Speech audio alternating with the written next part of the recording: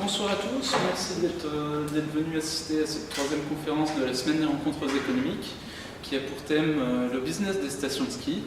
Et nous avons avec nous pour l'instant M. Mehdi Karbati, qui est le directeur de l'Office du tourisme de Champs-Rousse. Donc je vais laisser se présenter un petit peu plus et puis commencer à discuter avec vous. Voilà, bonne conférence. Merci. Bonsoir à toutes et à tous. Donc, comme vient de le dire, je suis donc Mehdi Karbati, je suis directeur de l'Office de tourisme de Champs-Rousse, à la station qui est juste au-dessus de nous. Donc ça fait 6 ans que je suis en poste en tant que directeur d'office et j'avais fait 2 ans avant déjà en tant que responsable commercial des remontées mécaniques. Donc pour ça j'ai accepté avec plaisir l'invitation pour vous décrire un peu comment fonctionne une station de ski, en l'occurrence celle de Champs-Rousse. Donc autant avec un point de vue, je dirais, général d'office de tourisme et puis aussi de remontées mécaniques. Donc ce que je vais faire, je vais vous présenter, le principe c'est que ça soit assez convivial, je vais vous présenter un peu très rapidement, très brièvement l'historique de Champs-Rousse, comment on fonctionne aujourd'hui, puis après je pense que je vous laisserai un peu le soin de me poser des questions et puis d'aborder des thèmes qui vous paraissent intéressants. Donc petit historique Champs-Rousse. Champs-Rousse, c'est une station qui a été créée en 1952. Donc historiquement, la station, les premiers essais à ski datent du début du siècle dernier, voire même fin 1800. Donc où c'était, alors je n'aurai pas la date exacte, mais Duhamel qui avait fait ses premières descentes en ski de là-haut. Donc les gens au début partaient du Riage, habitaient du Riage, montaient à pied, des fois jusqu'à la station, donc du côté de Recoin. Je ne sais pas si vous vous situez tous, si vous connaissez tous la station. Mais voilà, donc les premiers essais ont été faits à ce moment-là. Et puis au fur et à mesure, ça s'est développé, ça restait encore assez confidentiel. La station donc, a vu vraiment le jour en 1952 avec la création du téléphérique, qui était à l'époque l'un des plus rapides au monde, un des plus modernes au monde. Donc 1952 sur la partie de Recoin et qui montait à la Croix. Donc je vais être un peu brouillon, hein, j'essaie en train d'organiser un petit peu. La station c'est 3 parties aujourd'hui, on va dire même 4. Donc 1650, ce qu'on appelle le Recoin, 1750 qui est Roche-Béranger. Après on a une partie qui s'appelle Champs-Rousse 1700 qui est les domaines de l'Arcel, qui est une zone résidentielle. Et puis le plateau nordique qu'on appelle aussi Champs-Rousse 1600. Donc pour en revenir sur l'histoire, donc création en 1952. Les Jeux Olympiques, bien entendu, les Jeux Olympiques de Grenoble en 1968, qui a été vraiment le moment du développement de la station, puisque c'est à ce moment-là que de Champs-Rousse-Recoin a été créé le centre commercial, toute la partie Roche-Béranger, et dans le même temps, même quelques années avant, ce qu'on a appelé le site de Bachaboulou, qui était en fait pendant les Jeux Olympiques le village olympique, et qui a ensuite, pendant 40 ans, accueilli des millions d'enfants venant de la France entière, puisque Champs-Rousse était l'un des meilleurs sites et l'un des plus gros sites de ski scolaire, enfin de sortie scolaire pour la France entière. Donc ça a duré 40 ans et c'était les villages de Bachaboulou. Depuis 2005, je reviendrai après un peu sur d'autres choses, depuis 2005, ces résidences, ces centres collectifs n'étaient plus vraiment rentables, parce que c'était des municipalités qui les géraient à l'échelle de la France. Il y avait Strasbourg, il y avait Paris, Lyon, etc. Donc, quand je dis des millions d'enfants, c'est vrai qu'on était vraiment considéré à ce moment-là comme la plus grande cour de récréation d'Europe. Et aujourd'hui, c'est marrant parce que 40 ans après, il y a des gens qui viennent et qui disent j'ai appris à skier, je suis venu ici il y a 30 ans, il y a 40 ans. Donc c'est marrant de voir les gens revenir. Et donc les municipalités n'avaient plus le moyen de continuer à exploiter ces centres. Donc ça a été transformé en 2005 en résidence de tourisme, ce qui a fait de Champs-Rousse du coup une station touristique. Je reviens un petit peu en arrière. Donc les Jeux Olympiques de 68, Champs-Rousse était à ce moment-là le centre du monde, avec Grenoble, mais voilà, tout était ici. C'est là où Jean Petit a remporté ses 3 médailles d'or. Donc c'était, quand je dis c'était vraiment le centre du monde, c'est qu'il y avait des gros hôtels, toutes les personnalités étaient montées. Je ne sais plus, j'en avais appris une, c'est pour vous montrer vraiment en 2 mots pour ceux qui le... Je crois qu'elle était un peu au-dessus, encore en haut je crois. Ah non, c'est celle-là.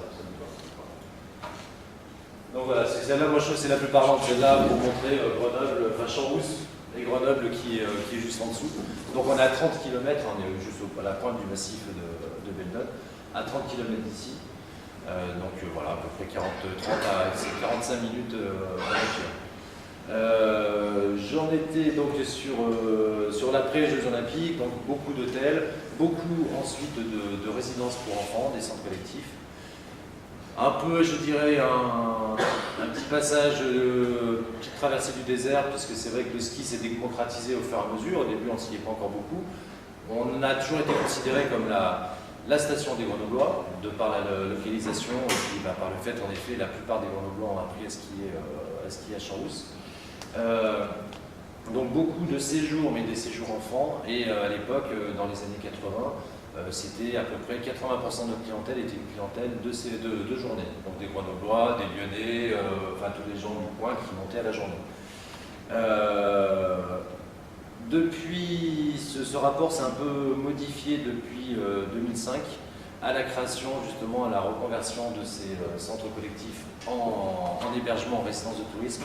Ce qui fait qu'aujourd'hui, nous avons sur la station environ 12 000 lits. Et dans ces 12 000 lits, nous en avons 7 000 marchands. Bon, ce qu'on appelle les lits marchands, ce sont des lits qui sont commercialisés soit par des résidences de tourisme, soit des hôtels, soit des agences immobilières, en tout cas toutes les personnes qui mettent leur hébergement en location pour accueillir des touristes. Le reste, on appelle ça des lits froids, tout simplement. Ce sont les rideaux qui sont tirés la plupart de l'année et qui éventuellement sont ouverts le week-end quand les propriétaires viennent skier.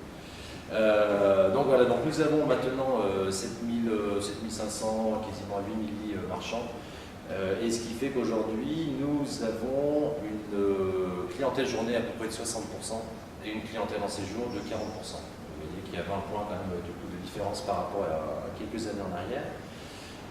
Nous accueillons principalement une clientèle française durant les vacances scolaires françaises. Donc les 15 jours de Noël et les 4 semaines de février, où là c'est à 80-90% des Français. Et puis sur les périodes qu'on appelle plutôt basse saison, donc qui sont les mois de janvier et de mars, là on a plus une clientèle étrangère, notamment des Allemands, les PECO. Alors ce qu'on appelle PECO, c'est pays d'Europe centrale et je sais plus comment. Enfin, donc voilà, plutôt des groupes d'étudiants généralement, avec via des tours opérateurs, je pense que vous aurez des questions là-dessus, qui font venir des bus entiers d'étudiants. Donc c'est plutôt avec ces clientèles qu'on remplit sur les basses saisons. À la journée, toujours une clientèle on va dire sur un marché, un périmètre de 100 km, c'est-à-dire qu'on fait Grenoble, on va jusqu'à Lyon, on va jusqu'à Valence. Il y a aussi beaucoup de Stéphanois qui viennent skier sur la station, puisque c'est vrai qu'on est la première station à partir de Grenoble, donc on a cette proximité. Et puis nous avons, alors quand en effet les vacances scolaires ne tombent pas toutes en même temps, puisque c'est le cas cette année, les vacances des Belges, des Hollandais tombent en même temps que les vacances françaises, donc du coup ça a coûté beaucoup de monde en même temps, mais on ne peut pas agrandir les murs. Sinon, en effet, on peut aussi avoir des semaines en décalage, jours décalés, qui fait qu'on accueille ces autres cibles. Au niveau donc des activités sur la station, nous avons bien entendu notre activité phare, ça reste l'hiver et le ski, donc le ski alpin. Donc on a un domaine d'environ 90 km de piste, donc le domaine de 1650 à 2250 mètres. C'est pas un gros dénivelé, hein, c'est un domaine assez, je ne sais pas si vous y avez déjà skié, c'est un domaine qui est assez réduit, mais qui suffit largement pour pas mal de skieurs.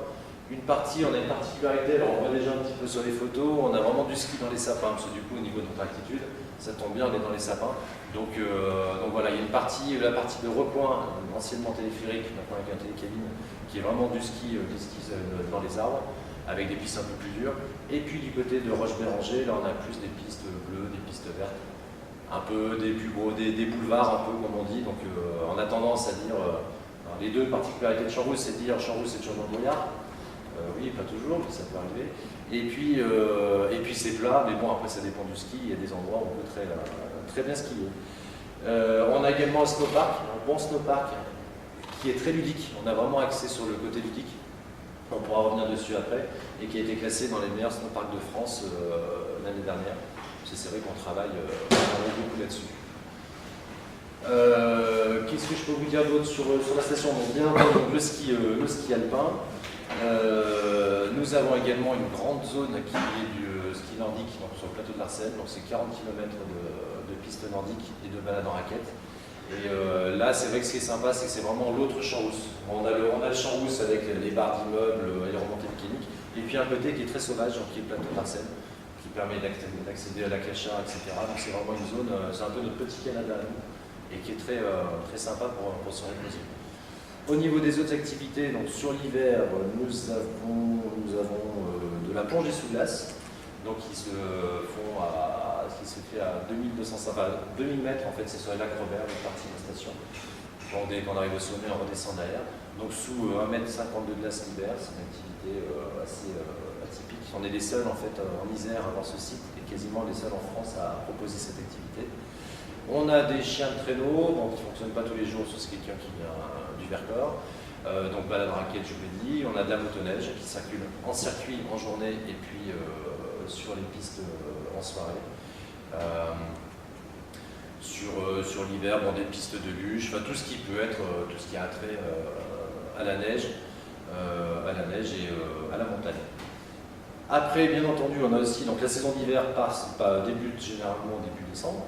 Donc généralement on essaie d'ouvrir entre le 1er et le 7 décembre. Ça peut être le cas cette année, on a fait le 7 parce que c'était un peu moins enneigé que les autres années. Et on termine, jusqu'à terminer juste vers le 20 avril, ça a tendance maintenant à se raccourcir un peu, tout simplement parce que les vacances scolaires sont de plus en plus tard. Autant avant on avait des vacances scolaires qui pouvaient commencer le 1er avril, maintenant elles commencent le 15 ou un peu plus, donc c'est plus difficile pour nous. Et puis d'un autre côté on a la saison été, donc saison estivale.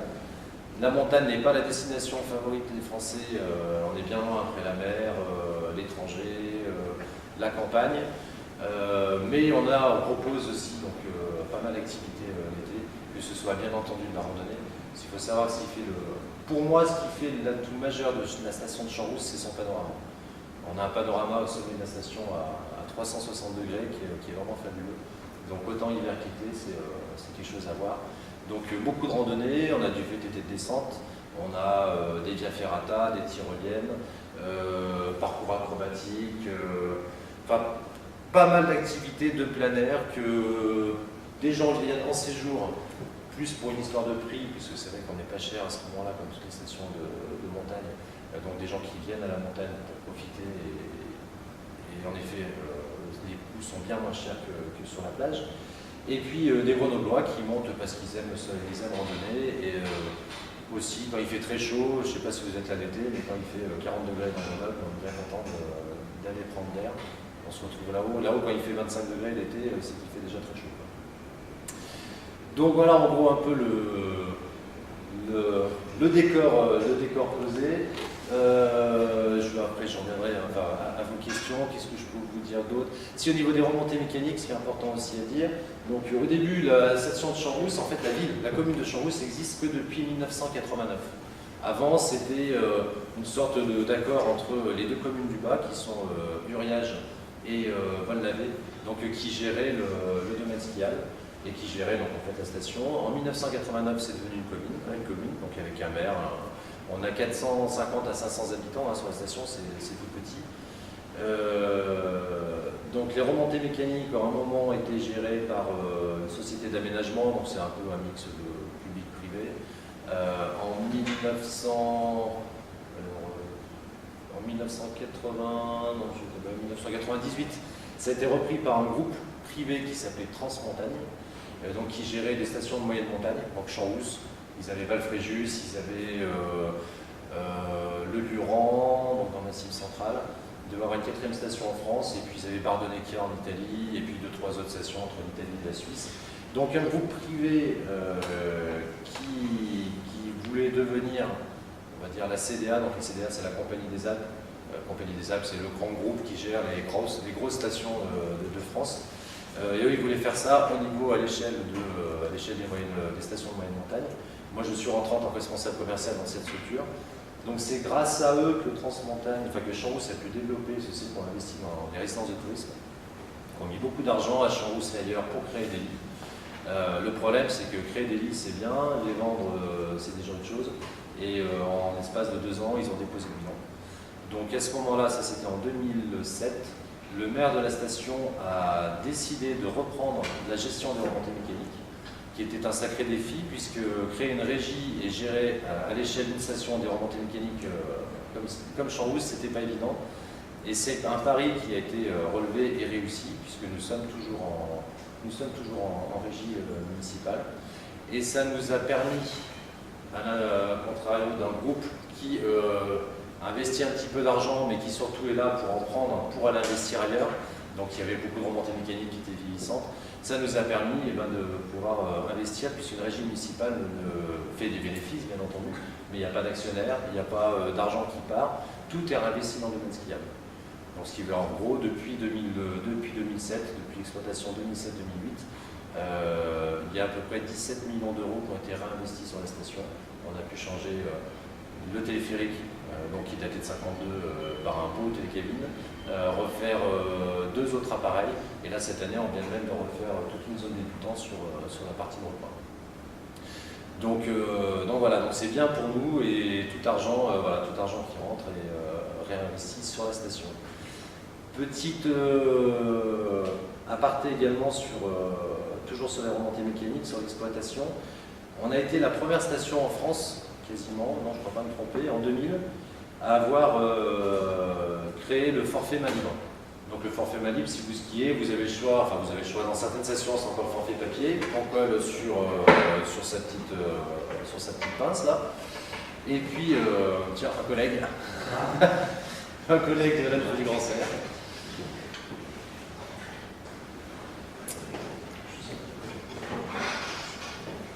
Excusez-moi. Je vous en prie, cher collègue.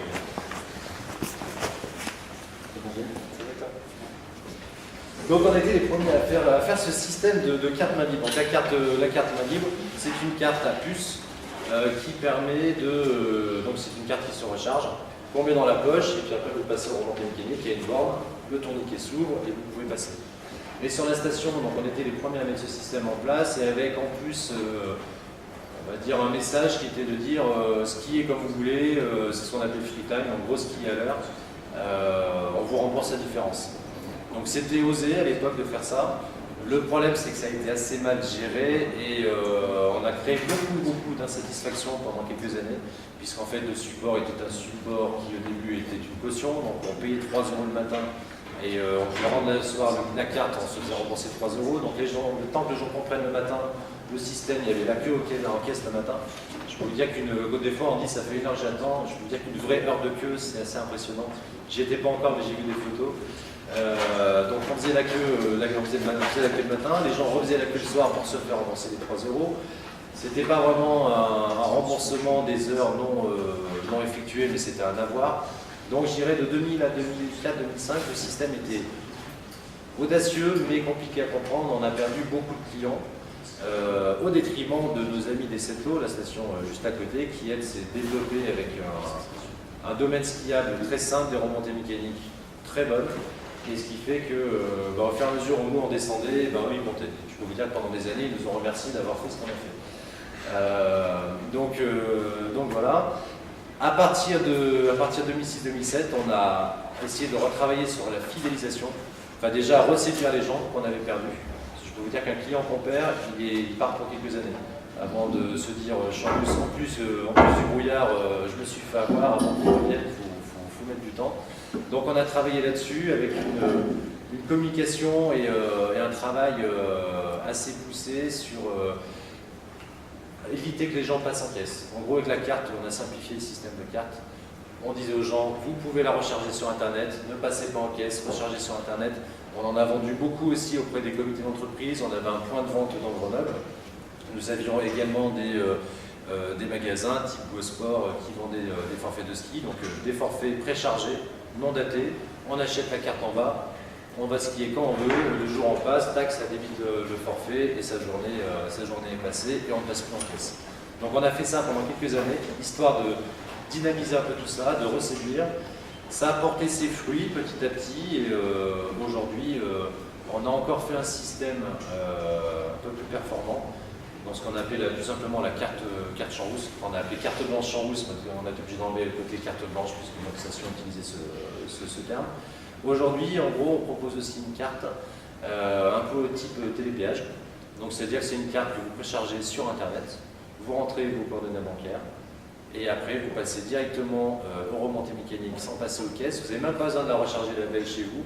Vous passez, ça va vous décompter selon ce que vous avez skié. Un 4 heures ou une journée, ça vous décompte cette somme-là. Moins 10% de réduction en week-end et 35% en semaine. Et la 8e journée est offerte. Donc voilà, c'est un produit qu'on a lancé cette année. On a fait, alors pour le début de saison est assez particulier, parce qu'on n'a pas eu beaucoup de neige, il ne fait pas très beau, la preuve encore actuellement. On a vendu aujourd'hui, je crois, un peu plus de 600 ou 700 cartes, donc on est assez content pour une première année de ce système-là.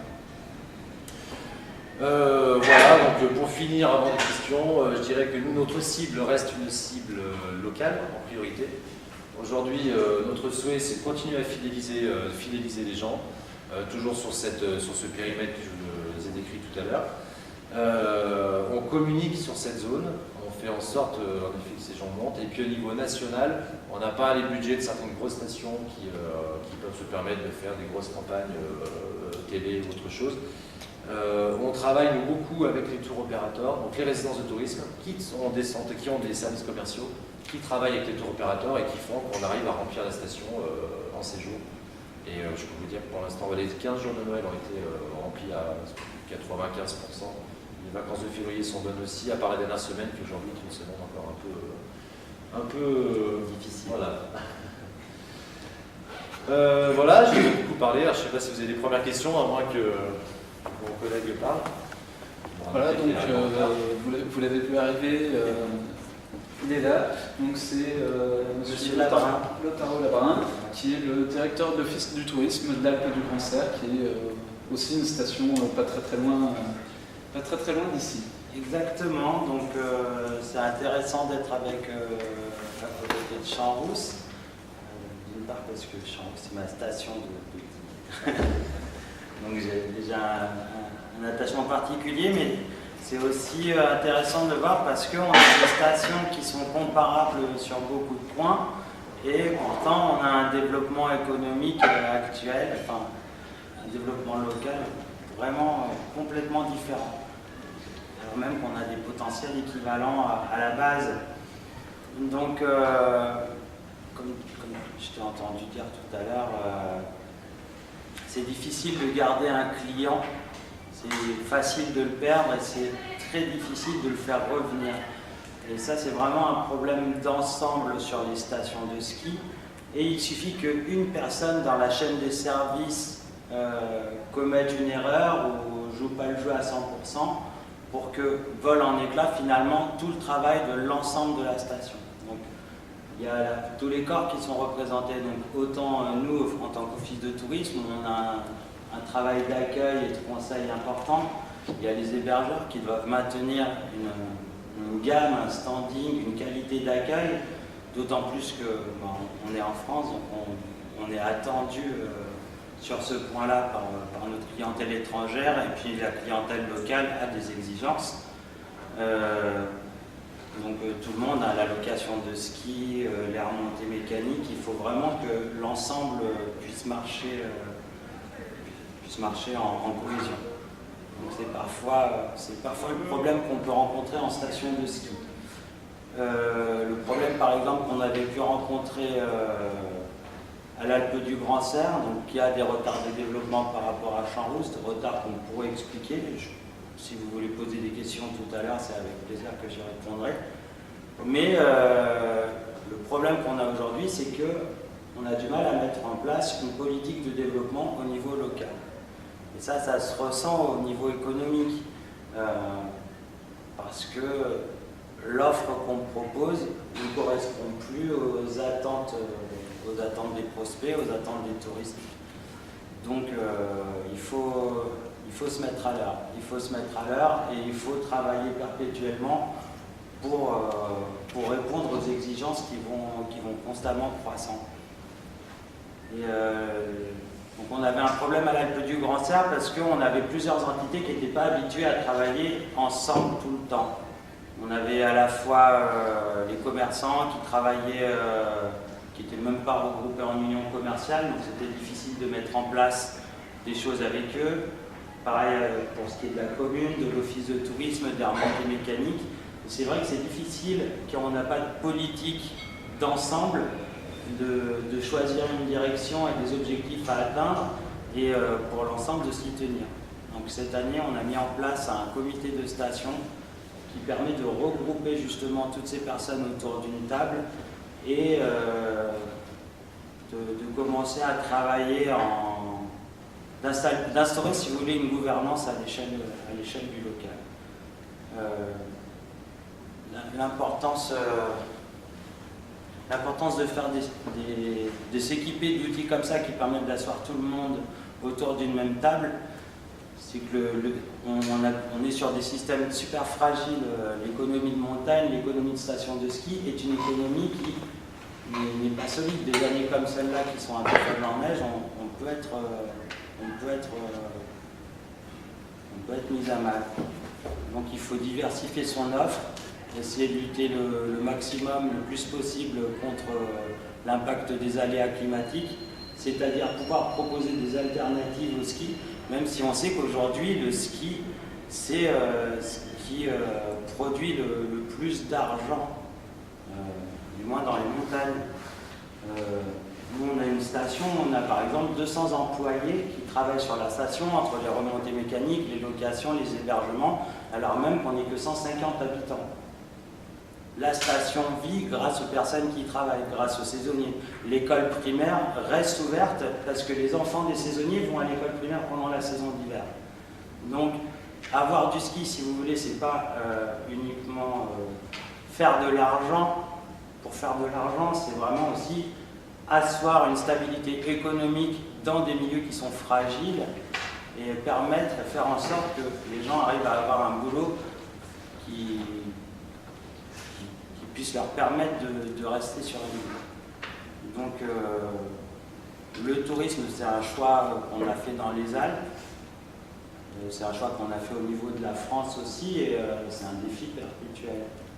Donc il faut lutter à la fois contre les étrangers, parce que même si la France, on est numéro 1 dans l'accueil ski au niveau mondial, 55 millions de journées skieurs par an, donc on est un petit peu au-dessus des USA et de l'Autriche, il faut quand même faire attention à la concurrence. Et il faut aussi faire attention à la concurrence et travailler en concurrence avec les stations qui sont sur le même bassin que nous. Donc nous, on est en concurrence directe avec Champs-Rousse. On a beaucoup de points communs et pourtant, Champs-Rousse est plus connu. Pourtant, les Grenoblois vont préférer Champs-Rousse et les Sept-Lots. Et je pense qu'il y a des défauts aussi dans l'organisation qui peuvent se retrouver, qui peuvent impacter sur les dynamiques de développement. Comme je vous disais avant, tous les maillons de la chaîne sont importants. Nous aussi, à l'Alpe du Grand Serre, on s'est équipé des cartes magnétiques. Le problème, c'est qu'on n'avait pas de point de vente en bas, on n'avait pas de deal avec les magasins comme Gosport pour vendre les cartes, et on a fait une mauvaise communication. Résultat des courses, on n'a pas du tout obtenu les mêmes résultats que les cousins d'en face, parce qu'on est pile en face, on se voit le matin. Donc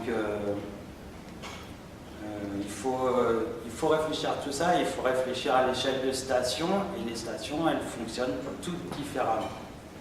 Et il y a des fois, souvent dans les plus vieilles stations, comme l'Alpe du Grand Serre ou Champs-Rousse, c'est des fonctionnements qui sont encore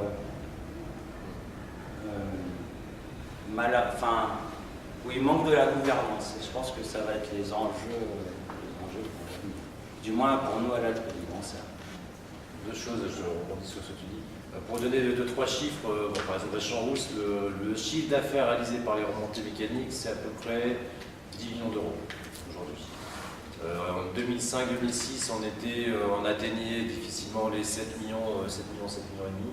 Et là, on arrive à se stabiliser sur, on va dire, entre 9 et 10. L'année dernière était plutôt une bonne année, même si il y avait beaucoup de neige, mais il n'était pas forcément très beau. C'est important, on pourra en parler aussi après. Aujourd'hui, les skieurs, notamment les skieurs de proximité, aiment toujours le ski, bien entendu, mais par contre, sont de plus en plus difficiles. Et pour bien skier, il faut que ce soit la belle journée où il y a une neige fabuleuse et un grand soleil. Déjà, quand c'est couvert, on est un peu plus réticent à venir. Donc c'est vrai que les journées, c'est très important, et notamment, par exemple, Les week-ends de janvier, pour nous, c'est un gros chiffre. Si on fait une répartition, on est à peu près sur la même base. Hein. Vacances de Noël, c'est à peu près 25% du chiffre de l'année. 25-30%. Ouais. Les week-ends de janvier, donc après le gros, c'est les vacances de février, où là, c'est plus de 50% qui est réalisé. 50, des fois même jusqu'à 60. Et après, ce sont les week-ends de janvier. Et puis les week-ends de mars, sachant qu'à fin mars, voilà, le mois d'avril, c'est du bonus, quoi. Et sur Champs-Rousse, on fait à peu près 500 000 journées skieurs. Les bonnes années, donc une journée skieur, hein, c'est quelqu'un qui vient skier une journée, c'est une journée skieur. Quelqu'un qui skie 6 jours, qui a un forfait 6 jours, c'est 6 journées skieurs. Nous, on est à peu près sur une moyenne de 500 000 journées skieurs par an. Les bonnes années, c'est 550 000. Les mauvaises, on descend à 400-450 000. Voilà, donc nous, on a, donc par rapport aux 10 millions, nous, on est en dessous des 2 millions de chiffre d'affaires. Donc, on perd un petit peu d'argent. Et on fait 120 000 skieurs, on a fait 120 000 skieurs l'année dernière. Et toujours le problème des week-ends, donc on peut avoir une super semaine, beaucoup de soleil. Si le week-end est moche, on ne fait aucun chiffre, enfin, on fait un très petit chiffre sur la semaine. Pour un petit élément de comparaison aussi, donc déjà là, vous voyez, il y a deux stations, on n'est pas loin, on est déjà sur des niveaux différents de volume. Même, bon, si on parle office de tourisme, puisqu'on est directeur d'office, moi j'ai une équipe on est 10 permanents. 10 permanents, donc des directions, une assistante de direction, j'ai 3 personnes en centrale de réservation. En hiver, 2 animateurs, enfin un permanent et puis un saisonnier. À l'accueil, j'ai une responsable d'accueil et en saison, elles sont 6. Et puis j'ai un service presse et un service infographie. Donc voilà, donc ça fait dans la structure. Et ben, toi, chez toi. Nous, on est 2. Donc là, vous avez le responsable presse, le directeur. Le responsable Paul, qui fait le ménage de la salle aussi. Voilà. Et sur des grosses structures, pour avoir toujours des éléments de comparaison, des stations, alors la plus grosse station de France, c'est la Plagne, qui, au niveau des remontées mécaniques, fait un chiffre d'affaires d'environ 65 millions d'euros. Donc vous voyez déjà les différences. Les 7 lots sont comme nous, ils sont à peu près à 10 millions, Villard-de-Lans c'est pareil. Après on a les 2 Alpes et l'Alpe d'Huez qui sont plus, ils doivent être dans le top 10 ou le top 15 au niveau des chiffres d'affaires, chiffre d'affaires en remontée mécanique. Les grosses stations, elles oscillent entre 40 et 60 millions d'euros réalisés. Donc voilà, ce sont tous des marchés, on est tous concurrents, tu disais tout à l'heure.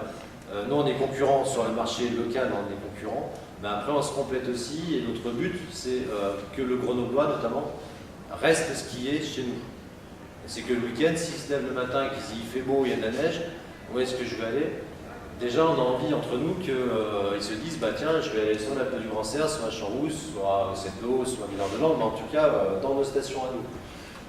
Après, bah, tant mieux s'il vient chez moi. Voilà. Mais on essaye, en tout cas, on essaye de faire en sorte qu'ils ne se disent pas, tiens, je vais aller skier à Val Thorens ou plus loin. Et aujourd'hui, là où il y a un peu la guerre des prix, c'est que, notamment les grandes stations, remplissent en séjour, hein, du dimanche au vendredi, on va dire, avec des arrivées samedi. Donc le samedi, ils n'ont personne sur les pistes. Donc aujourd'hui, ils nous font la concurrence en faisant des forfaits bas les samedis, type 29 €, même la PDS le fait, hein, 29 € le samedi si vous réservez le mardi d'avant. Ouais, voilà. Et 29 €, voilà, ils se retrouvent sur un prix. Nous à Champs-Rousse, on a 32 € aujourd'hui. 32 €, toi tu es à 28,50. On est déjà sur des sacrées sommes. Hein. On est conscient, je pense que vous aurez peut-être une question là-dessus. 28,50 € ou 30 € ou 32 €, c'est une somme. Mais voilà, mais du coup, des stations vont nous faire qui sont à 45 € la forfait journée, ben, ils vont le faire à 29 sur le samedi. Ça peut nous créer une concurrence. Allez-y, hein, d'ailleurs, n'hésitez pas. Sinon, c'est quoi les budgets des stations? Parce qu'en chiffre d'affaires, pour voir le budget, vous pouvez dire par an. Alors, budget, après, alors, ça dépend. Moi, on va pas te dire le budget. Moi, mon budget office de tourisme, j'ai 700 000 € de budget. 700 000 € de budget, j'ai une grosse partie qui est déjà ma salariale, à plus de quasiment 60%. Et puis après, sur Champs-Rousse, on a des petits budgets, je dirais, de communication. Alors bon, après, dans le reste, c'est du fonctionnement, et puis c'est la communication, de l'événementiel, voilà, de la communication, tout ce qui va être les brochures, etc. Donc voilà, moi, le budget office, c'est ça. Tu compares avec un budget de Pareil, hein, encore une fois, de l'Alpe d'Huez ou des deux Alpes, pour ceux qui sont les plus proches, ils sont à plus de 2 millions d'euros. Ouais, Donc, voilà. c'est important. Moi, je suis à 80 000 euros, donc je dois avoir 60 000 euros de masse salariale. Donc, une fois qu'on a payé la location de l'office, payé Internet, la téléphonie, les photocopies, il ne nous reste pas grand-chose. Donc, nous, on est un petit peu plus dans le camping. Et donc, il y a beaucoup de choses qu'on fait nous-mêmes. C'est pour ça, d'ailleurs, qu'on trouve beaucoup d'intérêt à Internet et qu'on essaye de bien se placer dans les réseaux sociaux. Parce que pour nous, c'est pratique. Effectivement, quand on compare aux plus grands, moi j'ai travaillé à Tignes, le concert de David Guetta, il nous avait coûté 180 000 euros pour Nouvel An. C'est à peu près un petit peu plus que le double de mon budget annuel. Et après, l'idée, voilà, il y a ça aussi que je voulais rebondir sur ce que tu avais dit. Donc avant, c'est vrai que ça pouvait être la guerre entre massifs et entre stations. Et c'est vrai que les mentalités ont changé, du moins dans les offices de tourisme. Et donc il y a toujours le faire venir qui est très important, mais on essaye beaucoup, c'est la mode maintenant de trouver des mots comme ça, c'est de faire circuler, et de faire circuler entre nous. Moi, si par exemple mes pistes de ski de fond ne sont pas très bonnes, je vais diriger sur Champs-Rousse ou le Vercors, mais on va essayer de rester isérois. Et surtout de rester sur Grenoble et de rester sur le bassin. Principalement parce qu'une grande partie de notre clientèle, c'est des clientèles du secteur qui vont monter à la journée. Même si pour Champs-Rousse c'est moins vrai, nous on a finalement peu de clientèle qui vient en séjour. On doit avoir 1500 lits en location disponibles. On doit en avoir 500 de plus qui pourraient être disponibles et qui ne le sont pas. D'ailleurs, on a un grave problème de logement et de mise à niveau des logements dans toutes les stations de France. Je crois qu'il y a que chez vous que j'ai vu des exemples où la restructuration des bâtiments a donné des bons résultats, quoi. Tout le secteur que vous avez retravaillé à Bâche à Bouloux, c'est intéressant, mais c'est pratiquement exceptionnel. La plupart des stations qui ont entrepris de remettre à neuf un parc de logements, il y en a beaucoup qui n'ont pas rencontré de succès. Donc voilà, pareil, si vous avez des questions, n'hésitez pas. Alors moi, j'aimerais bien que vous reveniez, vous développiez un peu justement cette idée de complémentarité entre les stations, d'alliance au final, plus ou moins entre vous, ce que vous mettez en place, ce que vous voudriez mettre en place comme système d'entente pour conserver des clients, mais aussi pour en trouver de nouveaux. Alors moi je peux donner des exemples sur Champs-Rousse, parce que c'est vrai qu'on parle souvent de vouloir de garder nos clients chez nous, oui, ça c'est sur nos stations, c'est notre souhait. Après, il y a eu des idées. Certains disaient pourquoi pas faire un forfait saison multistation. J'achète mon forfait saison et puis je vais skier où je veux. Théoriquement, c'est super. Après, le problème, c'est qu'il y a des tailles différentes entre déjà la pensée à Champs-Rousse. Champs-Rousse, on se considère plus vraiment à taille équivalente, c'est Sept-Lô, Villard-de-Lans et nous. Et puis après, il y a les gros domaines. Donc des forfaits saison valables partout, c'est pas possible, puisqu'en fin de compte, des gens. Financièrement parlant, j'ai un forfait saison, je vais où je veux, je vais où je veux, je vais forcément choisir les grosses stations. Donc les petits, ça serait plus difficile, et puis il y aurait une répartition financière qui serait difficile. Donc ça, ce sont des choses qui ont été vite abandonnées. Nous, on a essayé de monter pendant 2 ans, on avait un forfait 8 journées non consécutives avec Villard-de-Lans et les Sept-Lô. On achetait sa carte en balle, coûtait 199 €, et vous aviez 8 journées que vous utilisiez dans l'une des 3 stations ou dans les 3, enfin voilà, il y avait 8 journées. Déjà, il y a aussi un deuxième problème à ce niveau-là, c'est que nous, on a équipé carte à puce. Villard-de-Lans l'est aussi, les Sept-Lô ne sont pas. Donc j'ai une carte, mais en fin de compte, quand je vais à Sept-Lô, faut que je repasse en caisse pour avoir un forfait papier. Donc on a déjà des disparités au niveau de la technicité. Et puis acheter 200 €, donc acheter 8 journées, si on est sur une année où il n'y a pas forcément de neige, les gens n'ont pas envie de s'engager à dire je vais payer 200 €, ça se trouve je ne vais pas les utiliser. Donc on a arrêté ce système-là. On voulait le système que je vous ai parlé tout à l'heure, ce qu'on appelle le pay-per-view, notre carte Champs-Rousse. Au début on voulait la développer sur les 3 stations du coin. Avant peut-être d'aller plus loin, à développer sur d'autres stations, mais les autres n'ont pas voulu suivre. En gros, Je ne vais pas dire à Champs-Rousse on est ouvert, mais c'est vrai que si on a voulu vraiment se rapprocher des autres, mais il y a quand même toujours cette concurrence qui fait qu'à un moment, ouais, on est copains, mais je suis quand même ton concurrent. Et on n'a pas pu monter le système, du coup on l'a monté seul, on est bien content, et puis tant mieux pour nous, tant pis pour les autres. Après, bon, on a des opérations au niveau du département avec notamment Isère Tourisme. Donc Isère Tourisme, c'est l'entité, c'est le CDT, le comité départemental du tourisme local, avec qui on travaille bien pour déjà communiquer ensemble. Au niveau national, par exemple, ça fait depuis 3 ans, avant ça ne se faisait pas, où il y a un réel dynamisme. Par exemple, on sort un magazine qui s'appelle Mon Hiver en Isère, qui est distribué à je ne sais plus combien de milliers d'exemplaires, mais sur Paris, sur Nantes, sur plein d'endroits. Et il y a la carte de toutes les stations de l'Isère, avec des descriptifs, avec des reportages qui sont faits sur toutes les stations. Donc déjà on communique ensemble sur, oui, l'Isère est une station de ski, c'est une destination de ski. Il faut savoir qu'il y a certaines personnes qui pensent que les Deux-Alpes et l'Alpe d'Huez sont en Savoie. Même Champs-Rousse, moi j'ai entendu une fois, oui, Champs-Rousse, vous êtes en Savoie. Non, non, juste au-dessus de Grenoble. Ah oui, donc c'est en Savoie. Non, non, c'est Grenoble. Il y a encore des personnes qui pensent qu'à Grenoble, on arrive ici, on prend les téléskis et puis on part skier. Il y a encore des gens qui pensent ça. Donc voilà, on positionne déjà le département comme une destination de ski. Après, on se voit sur d'autres choses, mais plus sur la partie office de tourisme pour aussi des fois échanger sur des problématiques touristiques.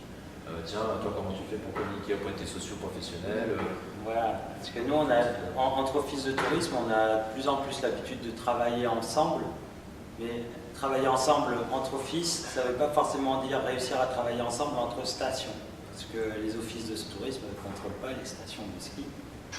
Et puis il y a aussi un autre phénomène, c'est que souvent il y a un gros jeu de chaises musicales qui peut se faire en office de tourisme. Quand tu es animateur par exemple, c'est pas rare que tu fasses 4 ou 5 stations avant de trouver un job de chargé d'animation, chargé de l'événementiel, où en général tu vas rester plus longtemps. Et du coup tu commences... directeur aussi d'ailleurs. Directeur aussi, c'est pas... Dans 3 mois là, il y a une nouvelle passe. Ouais, c'est clair. Et du coup, il y a un jeu de saut de puce et de chaises musicales, mais du coup, on connaît à peu près tous un ami dans chacune des vallées alpines avec qui on a travaillé au moins un an, ou presque. Donc ça aide aussi à travailler ensemble. Ouais. Important à dire, c'est la SATA qui gère les remontées mécaniques de l'Alpe du Grand Ciel, donc la SATA c'est l'Alpe d'Huez. Est-ce que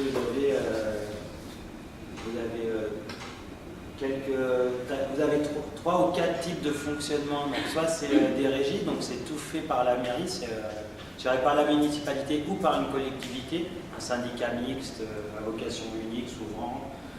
Il y a des sociétés privées. Ça, c'est plutôt la génération des stations de ski qui sont sorties dans les années 60, qui ont été construites à partir de rien. Enfin, vraiment, je crois que le terme scientifique, c'est ex nihilo, comme les Ménuires, par exemple. Il me semble que c'est au Valto. Donc, Valto, c'était peut-être un village avant. Et 13% de sociétés d'économie mixte, donc c'est des moitié privées, moitié collectivité. Et nous, sont scène. Et nous, à l'Alpe du Grand Cerf, on a mis en fermage. Donc c'est une délégation de service public et c'est la SEM qui s'occupe de l'Alpe d'Huez qui gère du coup notre parc de remontée mécanique et la partie ski. Qu'est-ce que vous faites pour développer un peu l'image auprès des étudiants? Parce que vous avez un bassin sur Grenoble de 60 000 étudiants. Et moi, je suis pas de Grenoble et quand je suis arrivé, les conversations dont on m'a parlé, c'est les ZLO et les Deux-Alpes, mais parce que du coup, ils ont des partenariats avec l'université Glisse et on va avoir des journées à 16 € aux Deux-Alpes. Et donc, du coup, forcément, les étudiants d'Agan, à part le bassin Grenoble qui connaît Champs-Rousse et Haute Station, le reste, tous les étudiants venus d'ailleurs, vont se diriger sur les ZLO et Deux-Alpes. Je vais te dire pourquoi. Allez. C'est pour ça que je Ça, c'est des accords très vieux qui ont été créés au début des années 2000. Et quand l'EGUG, enfin l'école de Glisse, a demandé des partenariats avec les stations, en effet, ils ont eu un partenariat avec les ZLO et avec les Deux-Alpes. Et Champs-Rousse, à l'époque, avait refusé. C'était le groupe Transmontagne. Nous, on est les plus lourds, on est les plus forts, on a besoin de personne. Donc, ils ont refusé. Donc, voilà, ils sont partis avec les autres. Donc des tarifs pas chers du tout, en effet, remplis. Je crois qu'aujourd'hui, avec la carte aiguë, c'est 8 € une demi-journée et 11 € la journée, un truc comme ça, et puis 12 ou 13 € les salles. Et moi, quand je suis arrivé en remontée mécanique, donc en tant que responsable commercial, c'est exactement la question que je me suis posée. J'ai dit pourquoi on ne travaille pas avec le marché étudiant, et je vais aller démarcher les personnes. Et la première année, on m'a gentiment dit t'es bien sympa, mais t'as qu'à voir avec ton patron ou tes anciens patrons, pourquoi vous n'y êtes pas, mais aujourd'hui, vous nous avez envoyé balader, aujourd'hui ça nous doit le faire. Pendant 2 ans, ça a été comme ça. Au bout d'un moment, à force de sympathiser avec le directeur de la structure, il était intéressé par venir à Champs-Rousse. Les 7 lots étaient d'accord, parce qu'après il faut avoir l'accord des autres, des partenaires historiques. Les 7 lots avaient dit oui, alors que je pensais qu'ils allaient plutôt dire non. Et en fait, c'est les 2 Alpes qui ont refusé, puisqu'ils se considéraient qu'on était concurrents. 2 Alpes, Champs-Rousse concurrents, bon, c'est flatteur, voilà. Et voilà, donc du coup, ils ont dit si Champs-Rousse rentre, nous on s'en va. Ils ne pouvaient pas se permettre de perdre Champs-Rousse, de perdre les 2 Alpes. Donc ça fait plusieurs années. Bon, après, moi j'ai lâché parce que je suis parti sur l'office de tourisme. Mais je continue malgré tout à travailler pour enfin intégrer l'aigu. Et j'espère que l'année prochaine, ça pourrait être le cas. Je ne peux pas, je touche du bois. Je les ai vus au printemps dernier, les responsables de Grenoble Sport Universitaire. Il semblerait que ça va séparer chaque université. C'est déjà séparé, mais je ne sais pas. Enfin, mais de toute façon, c'est un travail, c'est un gros travail. Là aussi, c'est un travail en même temps que le tarot sur le. Alors, quand on perd un client, c'est dur de le récupérer. Là, c'est pareil, quand on perd, qu'on n'a pas pu avoir un partenaire à un moment, c'est dur de le prendre. Par contre, on essaie de mettre des choses en place. Et moi, pendant des années, je faisais des dépôts de forfait dans ce même système que les comités d'entreprise ou les magasins de sport. J'ai travaillé avec des BDE. Pour vendre des forfaits au même prix qu'ils pouvaient les toucher cette eau. Le souci, c'est qu'un BDE en fait, n'avait pas le suivi. Des fois, il disait oui, j'oublie que j'ai des forfaits, j'oublie de communiquer dessus. J'ai travaillé avec l'espace de vie étudiante, avec plein de choses, mais ça n'a jamais eu vraiment de suite. Par contre, cette année, pour séduire les étudiants, alors je ne sais pas dans quelle fac vous êtes tous, mais nous, on lance un premier challenge de l'étudiant à la montagne le samedi 8 février. Normalement, tous les BDE de toutes les facs ont été contactés. Il y en a 8 BDE qui ont répondu positivement. Donc on organise un gros challenge sur Champs-Rousse d'activités ludiques, pas forcément que du ski, mais même plus d'autres choses, d'activités de neige. Et ça aura lieu le samedi 8 février pour dire aux étudiants, Champs-Rousse c'est là, c'est sympa. Après, il y a quand même toujours le problème du tarif. C'est sûr que si on aime les 2 stations, mais qu'il y en a une qui est à 7 € et l'autre qui est à... Même si j'ai fait passer il y a quelques années un forfait à 11 € le 4 heures et je crois 100,50 € le 4 heures et 15 € la journée, il y a quand même toujours un décalage tarifaire. Bon, en même temps, l'un dans l'autre, il faut quand même la carte aiguë, il faut la payer 30 ou 50 €, je crois. Je ne sais pas si vous l'avez quelqu'un là. 35 €. Donc après, il faut voir. Aujourd'hui, on peut ne pas avoir la carte, ne pas payer les 35 € et puis faire 3 journées à Champs-Rousse, pas l'un dans l'autre. Quand vous achetez 3 forfaits ou 4 forfaits, on peut tomber sur la même somme. Et du coup, on retombe un petit peu sur le même problème, c'est que tu peux avoir un produit, mais l'offre ne crée pas forcément la demande. Et tu peux avoir un bon produit. Moi, par exemple, j'ai un super bon produit pour les étudiants. Je suis à 9 € la journée, la semaine, hors week-end. Donc là, sur les prix, d'ailleurs, je crois que vous êtes aussi basse nous, mais dans les prix les plus compétitifs du coin. Et ça ne prend pas. Ça ne prend pas parce qu'on n'a pas les moyens, malheureusement, d'employer une stratégie de com agressive sur le campus. On n'a pas les moyens ou, encore une fois, on n'a pas la volonté politique. Et ça peut être parfois un frein. Et j'ai bonne confiance que le comité de station qu'on est en train de mettre en place permettre justement de prendre des décisions d'ensemble et d'impliquer l'ensemble de la station pour mener des opérations. Parce que là, moi, avec les 2 personnes que j'ai, avec la personne que j'ai à l'office, en plus de moi-même, c'est plus difficile.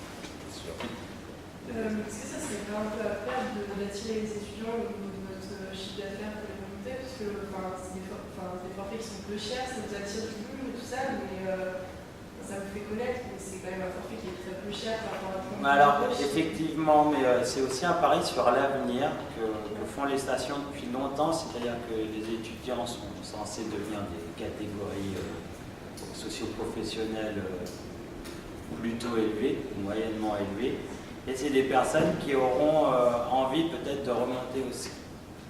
Et autant qu'ils prennent cette envie avec nous. On va même plus loin, les forfaits pour les écoles, ou pour les collèges, ou pour les lycées, on est proche du zéro, pas si loin. Il nous est arrivé de passer des contrats avec le Conseil général, par exemple, pour des forfaits à 2 € la journée pour les enfants. Mais encore une fois, un enfant qui n'a pas appris à skier ne montrera peut-être jamais à la neige plus tard. Donc pour nous, c'est un enjeu de donner cette habitude et d'inciter les gens dans leur jeunesse à apprécier les sports de glisse et les sports de montagne pour justement créer une sorte de vivier par la suite. Alors, ça fait un petit peu manipulateur, mais on essaie de séduire des...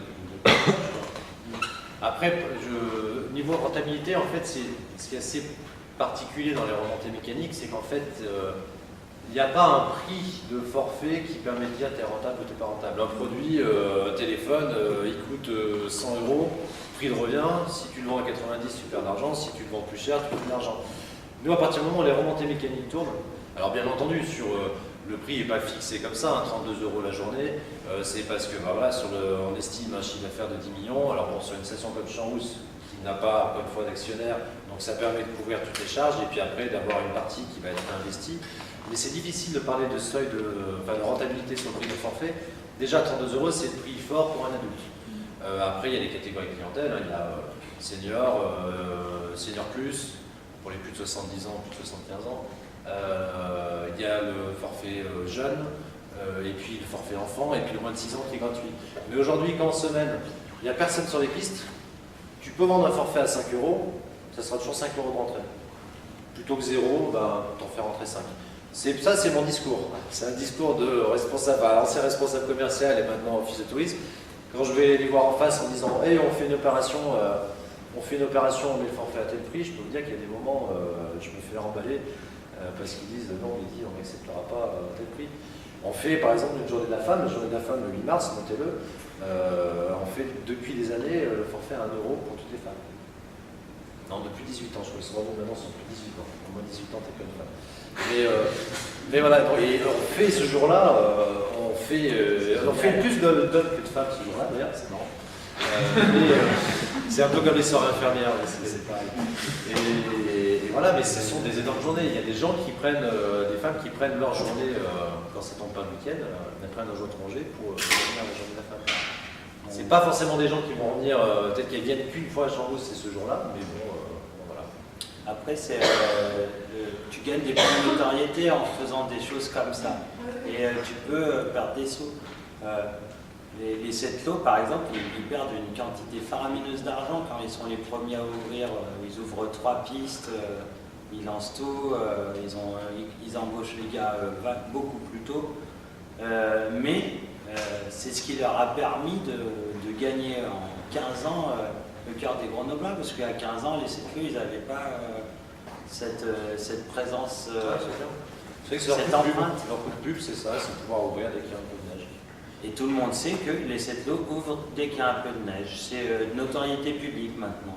Alors après, il faut chacun trouver son style aussi. Nous, on a fait une opération, par exemple, il y a 2 ans, en 2007, on l'a refait en 2012 pour les élections présidentielles.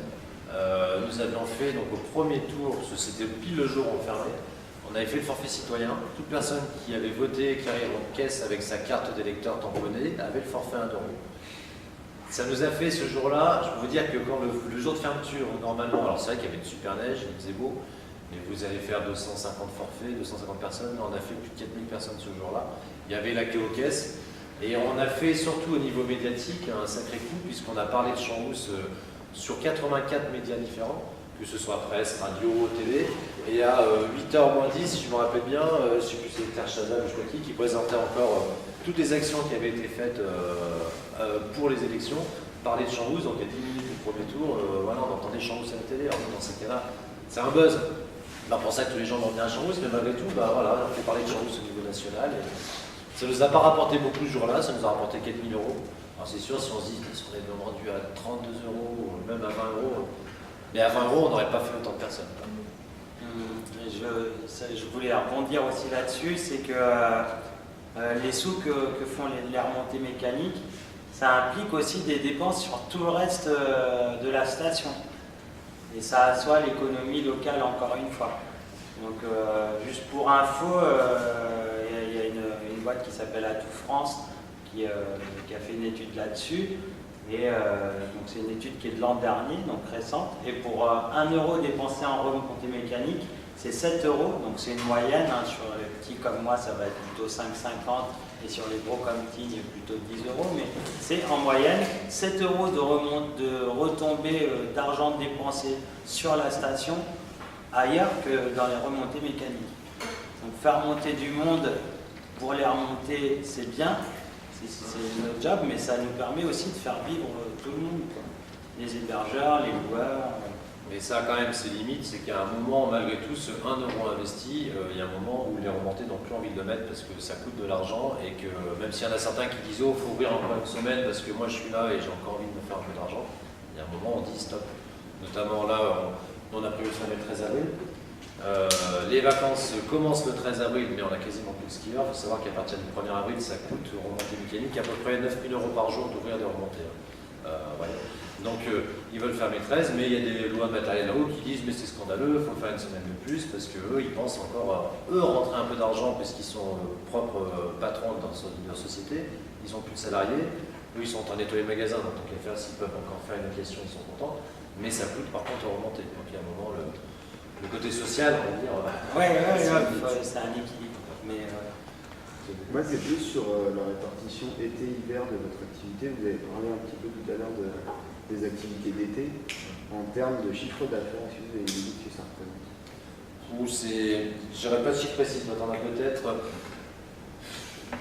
Si on parle au niveau, alors plutôt en pourcentage, c'est 75 à 80% d'activité se passe l'hiver, et c'est voilà, 20-25% l'été. On essaye de dynamiser l'été, hein, ce qu'on disait un peu tout à l'heure. C'est compliqué parce que les gens n'ont pas la montagne en tête l'été, parce que la montagne l'été, c'est bon, on est en altitude, il va faire froid, c'est un peu comme la Bretagne, en gros, il va faire froid, s'il pleut, on n'est pas breton ça. S'il pleut, qu'est-ce que je fais? Et puis bon, ouais, la randonnée un jour ça va, 2 jours éventuellement, mais après qu'est-ce qu'on fait? Donc, alors il faut savoir, on a de la chance, et je pense que toi comme moi, d'avoir un bassin de proximité vraiment juste à côté. Ce qui fait qu'on a des gens qui viennent à Champs-Rousse l'été et qui viennent nous voir à l'office dès qu'il fait un peu nuageux. Et en fait, l'été, on a généralement un périmètre de 60 à 80 km. On appelle, les gens sont prêts à bouger. Donc nous, l'été, on parle autant du château de Visil que des caves de Chartreuse, tout ce qui se fait, les grottes de Change, etc. Parce que les gens sont prêts à faire cet retour. Après, on essaie de dynamiser parce que c'est important pour nous. Et moi, je peux vous dire que sur Champs-Rousse, j'essaye les événementiels, je les réserve pour l'été plutôt que l'hiver. L'hiver, les gens sont là pour skier. Il fait beau, il y a de la neige, je skie. Je ne monte pas parce qu'il va y avoir 4 personnes qui vont sauter sur une bosse. Non, les gens. Alors certains peuvent le faire. Il y avait les X-Games à Tignes, qui d'ailleurs maintenant n'existent plus parce que ce n'était pas assez rentable pour la société américaine. Mais c'est des millions d'euros. D'ailleurs, je crois qu'ils ont gagné Tignes, si je ne dis pas de bêtises, de dommages et intérêts, 1 million d'euros. Je crois que c'est un truc de fou pour le manque à gagner justement de ce moment-là. Après voilà, donc moi les événements j'en fais quasiment pas, bon, on a quand même 2-3 choses. La semaine dernière on aurait dû avoir une opération de lutte contre le cancer avec la Ligue contre le cancer où voilà, il restait à organiser, les gens pouvaient payer leur forfait, enfin payer 5 € et puis participer à ça, donc en même temps ils faisaient. C'est plus de l'événement participatif. Je monte, je vais pouvoir participer à quelque chose, mais pas je monte pour regarder quelqu'un d'autre faire quelque chose. Et bon, on l'a annulé à cause du temps, hélas. Et par contre, l'été, il y a quasiment un événement par semaine. Les week-ends, on essaie de faire monter les gens. Bon, il y a des événements locaux qui sont faits, la fête du bois, on a le plus vieux concours de bûcheron de France, concours de hache, concours à la hache.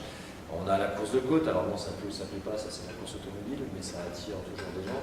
Moi j'ai créé il y a 4 ans un festival de théâtre de rue à la montagne, qui s'appelle Champs-Rousse en piste. Il y a un festival de théâtre de rue, vous imaginez festival de théâtre de rue, quand vous allez dans la rue, vous avez un spectacle, et puis après vous allez dans la rue d'à côté, il y en a un autre.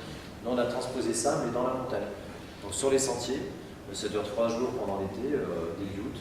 Les gens montent, ils prennent leur carte de randonnée où il y a tous les spectacles qui se jouent à telle heure, tel public, etc. Ils marchent et au bout de 10 minutes, il y a un spectacle qui se joue en pleine nature avec la vue sur Grenoble, la vue sur Loisan, etc. On avait 900 personnes la première année, on a plus de 3000 l'année dernière, donc ça monte petit à petit. Après, je laisse la parole sur les événements, mais nous, cette année, on a la chance, j'étais tout à l'heure en préfecture pour ça, on va accueillir le Tour de France cette année. On est ville arrivée du Tour de France, donc c'est un coût. Ça coûte à la station, ça nous coûte à peu près 200 000 €. Mais par contre, il y a des retombées. Déjà, le jour où le tour a été annoncé, le 23 octobre dernier, on avait à la centrale de réservation les premiers appels pour réserver des appartements. Donc c'est énorme, hein. On venait de l'annoncer à Paris et tout de suite, bonjour, je voudrais une chambre. Donc là, on a des retombées déjà sur l'hiver, on aura forcément sur l'été, et puis après, on va aussi travailler là-dessus pour en avoir sur les élèves. Alors, nous, on fait du petit événementiel, on faisait du gros quand je bossais à Tignes. Et sinon, la question, c'était par rapport à l'équilibre été-hiver. C'est le ski qui fait vivre, comme le disait Mehdi, 80% de la station. Il y a, je sais pas, sur 200 personnes qui travaillent sur la station l'hiver, on doit être une trentaine l'été à travailler sur la station. Nous, on a vraiment peu de fréquentation et on a du mal à placer des rendez-vous sur la station, justement, de l'événementiel. C'est les rendez-vous qui peuvent faire monter les gens dans notre cas parce qu'on n'a pas la notoriété d'une grande station et on n'a pas une offre qui nous démarque vraiment d'autres personnes. On a une offre finalement qu'on peut retrouver dans n'importe quelle station alpine, presque. Et non, sur l'été, en général, les stations de ski gagnent presque pas de sous. À tel point que Tignes, ça fait 3 ans qu'ils font tourner les remontées pour les VTT gratuitement. À tel point, ils perdent des sous, on ne peut pas gagner de sous. payer une caissière. Ouais, ça fait partie, puis pour attirer, pour dire qu'il faut qu'ils viennent chez moi plutôt que d'aller chez la concurrence. Le VTT de descente, beaucoup de gens pensent que le VTT de descente, c'est l'équivalent du ski l'hiver. Pas du tout. Il y a des stations qui ont beaucoup investi là-dedans. Les Deux Alpes, vraiment un des meilleurs sites de VTT de descente. Alors déjà, le VTT de descente, c'est pas ouvert à tout le monde. Le VTT de descente, je peux vous dire que, je ne sais pas si vous avez déjà pratiqué, c'est des vélos de descente qui coûtent plus de 2 000 à 4 000 €. C'est la dorsale, le casque et tout, c'est un côté très dangereux, on n'y va pas avec ses enfants. C'est une clientèle de 30 à 50 ans, plus 35-50 ans. Eux, ils ont développé avec des pistes, ils ont un terrain en plus qui est très bien parce que c'est de la terre, donc ils ont des pistes très roulantes, tellement roulantes que les gens vont tellement vite qu'il y a un hélico par jour quasiment, hélas, beaucoup d'accidents. Mais ce qui est marrant, c'est qu'aux Deux Alpes, donc ils ont aussi du ski sur glacier l'été, et ben la proportion pour le chiffre d'affaires, c'est 10%. 10% est réalisé avec le VTT, 90% est réalisé avec le ski. Donc même sur les stations comme ça, avec les moyens qu'ils ont mis, en fin de compte, ça rapporte très peu parce que c'est un forfait journée, enfin un forfait, vous ne vendez pas un forfait été comme vous allez vendre un forfait hiver.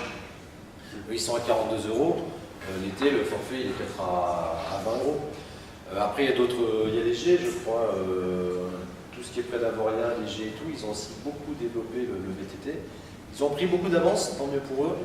Nous, il y en a là-haut qui veulent qu'on développe le VTT à fond, mais aujourd'hui, c'est pas ça qui va faire vivre la station. Oui, ça fera vivre un ou deux, ça fera vivre le Loire de VTT et puis des personnes. Mais voilà, le VTT de descente ne remplacera, enfin ne sera jamais le ski d'hiver. Du coup, c'est plus de la stratégie com que de la stratégie diversification réellement. Ouais, ça leur fait faire connaître les écarts. Ouais. C'est sûr. Bon, alors après, ils arrivent à attirer, du coup, ils ont des Espagnols, des Italiens, enfin, il y a des gens qui viennent de l'Europe entière pour aller faire du VTT de descente. Mais ça ne sera jamais, déjà, le niveau du ski, en France, c'est 7 à 8% de ski. Hein. Donc, si on regarde sur le marché français dans le VTT de descente, Je ne sais même pas si j'en ai atteint 0,0. Mais il y a des communes, par exemple, qui jouent le jeu, des toutes petites communes super fragiles comme le col de l'Arzelier, qui fait l'effort pour le couvrir pour l'hiver pour le ski, et ils font l'effort aussi l'été pour le VTT.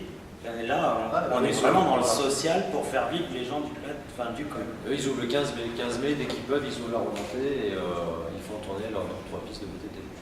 Mais voilà, eux, l'hiver, quasiment, ils font tenter du VTT l'hiver. C'est tellement petit, c'est leur manière de vivre, quoi. Ils n'ont pas le choix. Après, les stations ont aussi beaucoup investi dans le bien-être. Donc il faut avoir dans une station maintenant, il faut avoir le super centre aquatique avec la grande piscine, les soins, jacuzzi, la masse, etc. Spa. Bon, moi j'aimerais l'avoir à Chambouz, j'en avais un privé, mais il a duré 2 ans, il a fermé. Parce que voilà, c'est des coûts. Ça veut dire que si on veut avoir ça sur les stations, il faut que la municipalité mette beaucoup d'argent et ce type d'établissement n'est pas rentable. C'est clair, ça coûtera de l'argent. Sur le choix sur Chambouz aujourd'hui, par exemple, si vous êtes monté, si vous connaissez un peu, nous on vient de refaire le restaurant de la Croix. C'est le restaurant d'altitude. C'était le vieux restaurant qui datait de 1952. Il vient d'être, donc il a été détruit l'année dernière. Et un nouveau restaurant a été fait avec une vue panoramique fabuleuse, 200 couverts à l'intérieur, 200 couverts à l'extérieur, alors qu'avant c'était 40 et 80. Le choix a été de mettre 3 millions d'euros là-dedans parce que ça va rapporter. Ça, à terme, il y aura un gérant et il y aura forcément des recettes, donc ça va s'équilibrer et même rapporter de l'argent. Donc le choix était d'abord de faire en priorité ce type d'activité génératrice de profit pour ensuite, pourquoi pas, faire une piscine. Mais après, ça dépend des stations. À Avoria, ils ont fait. Bon, après, on atteint des choses que moi, personnellement, je trouve hallucinantes. Je crois que c'est Avoria qui a fait une piscine avec des plantes tropicales. Donc, voyez, donc vous imaginez la chaleur qu'il faut là-dedans, etc. Et je crois que c'est Conchevel qui est en train de faire une piscine avec de l'eau de mer. Bon, bah. Mais il y a des gens qui vont là-haut parce que justement ça fait partie, il faut avoir ça, il faut avoir la piscine, il faut avoir tous ces équipements. Et encore plus l'été, parce que l'été, s'il ne fait pas beau, qu'est-ce que je vais faire? Bon, moi je pourrais aller au spa.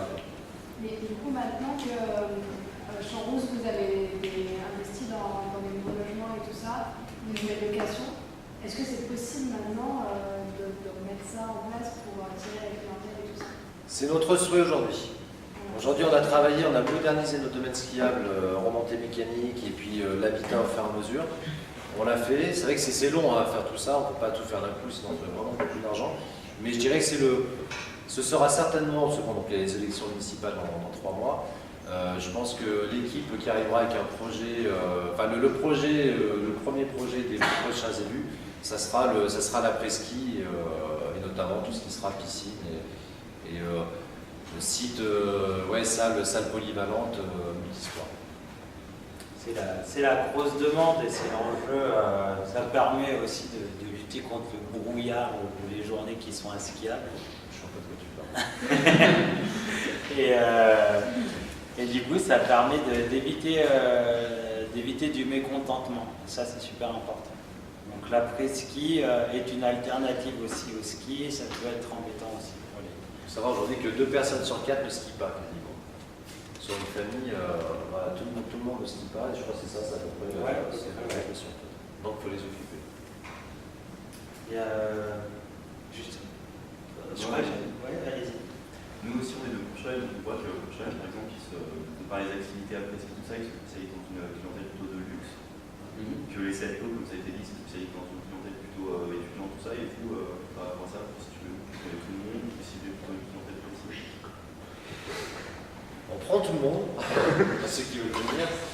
Après, on ne sera jamais. Je ne vois pas Chambouz partir totalement dans le luxe. Aujourd'hui, il y a un effet crise aussi. Il faut savoir, on parle toujours de la crise depuis des années.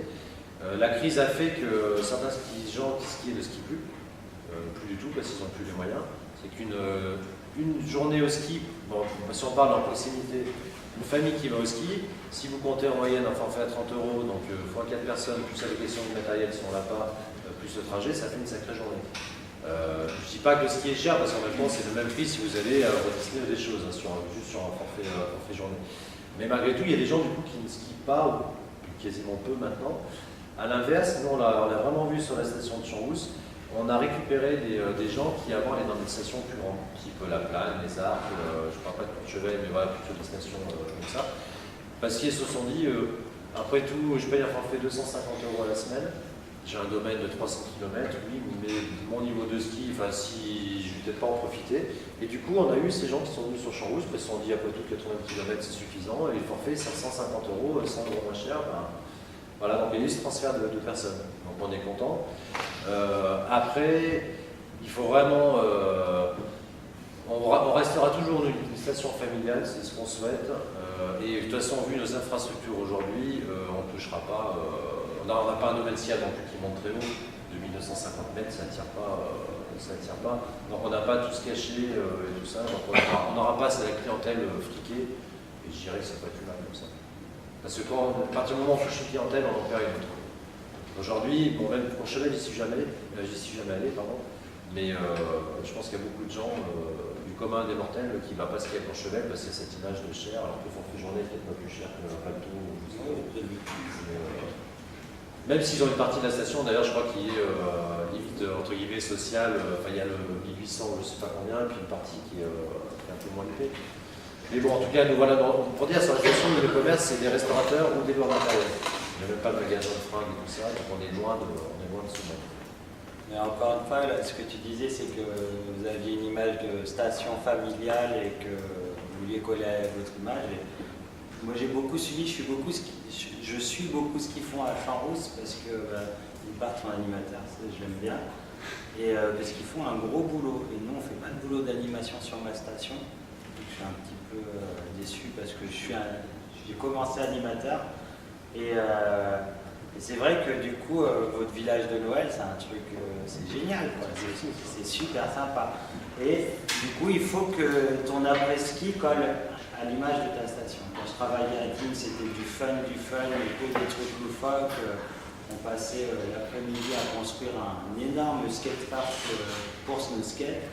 On sortait les enceintes, on mettait la musique à donf et ça marchait. Et puis on travaillait à 200, numéro 1 du ski de fond, 90 km de piste nordique. L'ambiance était complètement différente. Et les animations, c'était plutôt t'es dans 100 et l'auto. Donc tu crées ton... Non mais c'est vrai, je me suis bien amusé quand même.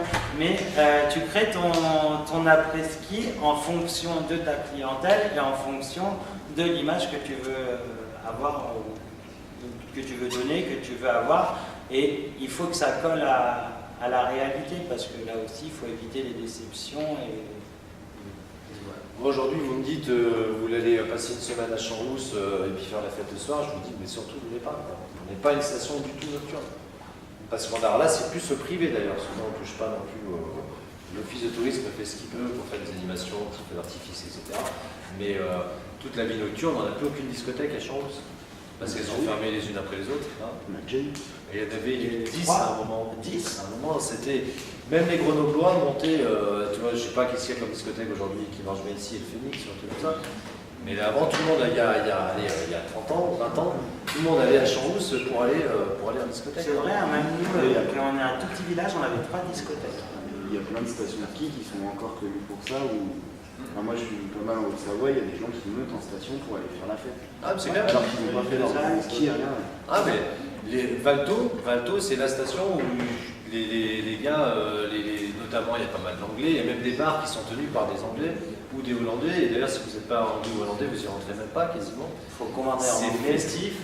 Ils font la fête jusqu'à 3h du mat, ils se lèvent à midi. Le matin, il faut les skier là-bas, il n'y a personne sur les pistes, ils sont tous en train de... Tu les croises à poil à 5h du matin, les Anglais, c'est marrant.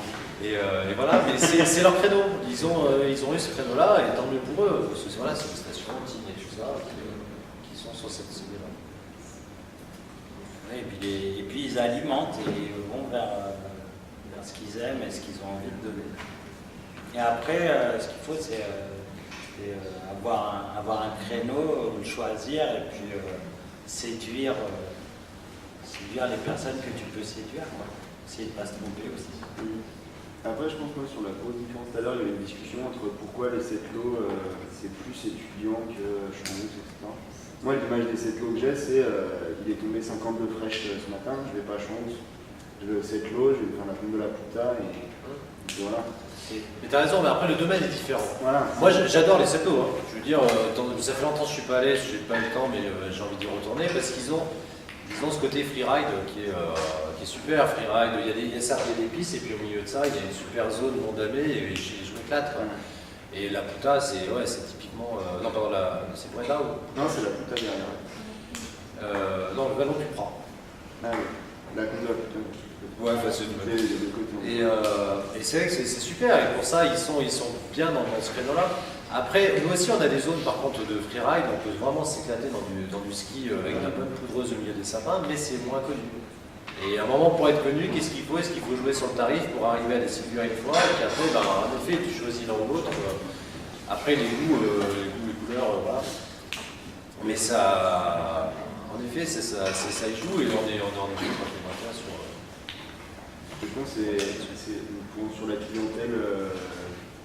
clientèle riche qui vient parce que c'est l'image de la station. Je pense que c'est surtout le domaine skiable qui va être déterminant aussi pour la clientèle.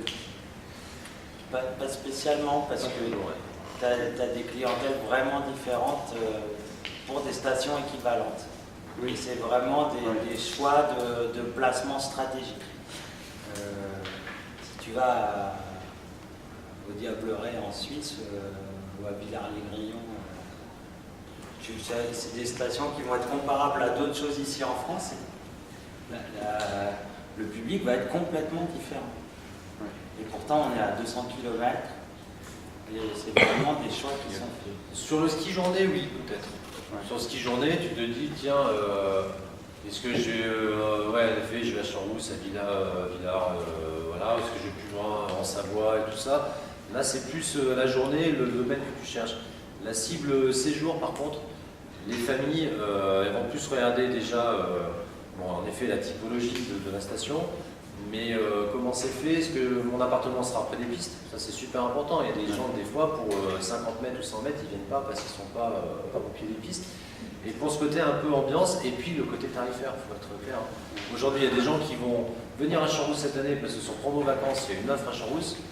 Même s'ils ont adoré Champs-Rousse, si l'année après, promo vacances propose quelque chose de mieux à Valoir, ils vont aller à Valoir. C'est le domaine, pour les gens en séjour, le domaine skiable est déjà moins, c'est pas le critère numéro 1. Et là où tu commences à créer la différence, c'est justement quand tu fais des événements. Donc c'est soit la qualité de l'accueil, par exemple tu peux gagner des gens en ayant une crèche sur ta station, tu peux perdre des gens si tu n'as pas de médecin sur ta station. Ouais, c'est que les services sont importants. Une pharmacie, des choses comme ça. Une banque. Nous, on n'a pas de banque, on perd du monde parce qu'on n'a pas de guichet à la station, c'est un gros problème. Donc, ouais, il y a tous les à côté qui sont importants et qui prennent de plus en plus d'importance. Et là, quelque chose qui se dit beaucoup, c'est qu'il faut séduire les mamans. En général, c'est elles qui déterminent en plus grande proportion les destinations. Oui, messieurs, vous ne déciderez pas de venir de vacances. Il fallait que quelqu'un vous le dise. Mais du coup, il faut séduire les mamans et il faut avoir un niveau de service qui est parfois comparable à celui de la ville. Pour en revenir à ce que vous disiez, là, je suis en train de faire un exposé là-dessus, c'est 4 fois sur 5 où c'est la femme qui est déterminante dans le choix de la destination des vacances. Ouais, c'est vrai, 80%, c'est énorme. Et l'homme après, braillera, c'est quoi cette sensation, les bonnes gosses, Il y a une discothèque. Global. Je ne sais pas combien de temps on a encore. Ça va Une demi-heure. Ouais. Alors c'est en gros, on est en quelle année? En 2013. En 2008, il y avait donc Grenoble a postulé pour les Jeux Olympiques de 2018. Donc ça tombait bien, ça faisait 50 ans après, etc. Et dans le projet dans le projet des JO de Grenoble, c'était le moment de dire tiens, on va faire se téléporter. Grenoble n'a pas été retenu. Du coup, le projet a été mis dans un tiroir et là, il ressort un peu. Alors, sachant qu'aujourd'hui, la métro, parce que bon, après, c'est les territoires, aujourd'hui, il y a la métro, donc Grenoble et tout ce qu'il y a autour. Nous, Champs-Rousse, on n'est pas dans la métro, on est dans la communauté de communes du Grésivaudan. Donc, ce qui est très logique, hein, c'est ce qui part de, on va dire, de Montbonneau qui va jusqu'à Pontcharrat. On a demandé, la commune a demandé à rentrer dans la métro, donc ça va peut-être se faire pour 2015. Et aujourd'hui, le projet de téléporter, le premier téléporté, pourrait voir le jour entre Grenoble et Villard-de-Lans. Enfin, et Lens en Vercors. Donc voilà, mais il y a quand même pas mal de problèmes parce que les gens du Vercors ne veulent pas forcément. Pour moi, c'est celui qui a le plus intérêt parce que c'est le seul qui peut à la fois répondre à des problématiques de transport. Parce qu'il y a énormément il y a je crois 4000 voitures qui descendent tous les jours sur Grenoble, qui habitent là-haut et qui descendent. Donc ça pourrait résoudre ce problème. Et en plus le week-end, de servir pour les touristes. Mais après, ça demande, bon déjà, c'est tranquillité et tout, là aussi, ce sera plus la même chose. Ça nécessite de multiplier les temps de transport, parce que j'ai quelqu'un de Villars qui ne travaille pas forcément en centre-ville, si avant avec sa voiture il mettait une demi-heure et qu'il faut 1 heure pour aller au travail, il ne va peut-être pas le prendre forcément tous les jours. Et puis pour le week-end, en fait, il s'arrêterait à Lens-en-Vercors, donc il faudra en plus des bus qui aillent de Lens-en-Vercors à Villars. Donc aujourd'hui, le projet théorique il est là, mais il n'est pas réalisé, et du coup le président de la métro a dit tant pis, s'il ne se fait pas dans le Vercors, il se fera à Champs-Rousse. Donc moi je suis pour, parce que c'est sûr que si on rentre dans la métro, avoir quelque chose comme ça c'est super, mais il faut être honnête au niveau rentabilité. Nous la semaine, on a très peu de gens qui descendent sur Grenoble, donc ils tourneraient que le week-end pour les touristes. Enfin, moi c'est ma partie, donc ça m'irait bien. Mais c'est pas encore fait, je pense qu'on a encore quelques années devant nous. Si on avait les JO, je pense qu'on aurait déjà 3, sur tous les ouais. Vous pensez pas sinon que les prix tout simplement aussi des stations sont quand même chers? Parce qu'on regarde si on n'a pas de matériel, au final on prend un forfait à 30 €, enfin sans parler de tarifs étudiants ou autres, hein, plus une location, plus tout ça. Et du coup en fait ce qui nous limite, on va dire, sur il faut que la neige soit bonne, il faut qu'il fasse beau, et du coup beaucoup moins de journées ski entre guillemets. Parce que quand on regarde la population grenobloise et de l'agglomération, je sais pas, j'ai l'impression que c'est beaucoup plus fort en termes de population qu'en termes de journées de ski que vous avez dans l'ensemble de l'agglomération. C'est compliqué, il y a des gens qui disent que changer les prix ou baisser les prix, ça va pas faire monter plus de monde. C'est une théorie que je n'adopte pas spécialement, mais il y a des gens qui pensent ça.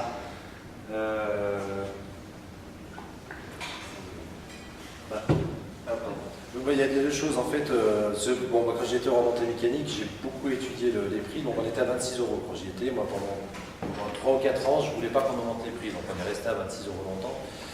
Aujourd'hui, déjà par rapport au prix, oui c'est cher. Je dis prix du forfait plus prix de location, etc. c'est cher. Après aujourd'hui 32 €. Pour 32 € tu as 8 heures de ski. Si tu compares à d'autres choses, tu vas au cinéma aujourd'hui, c'est 10 € une place de cinéma. Tu as 1h30 à 2 heures de film, au pire 3 heures de film. Donc si tu regardes le rapport proportion, bon sauf que c'est un étant étudiant c'est moins cher, mais enfin voilà sur un tarif. Donc une place de concert, on atteint des places, on est à 30, 40 € aussi pour un concert. Donc pour le loisir, en gros, malgré tout on est dans la moyenne, du loisir.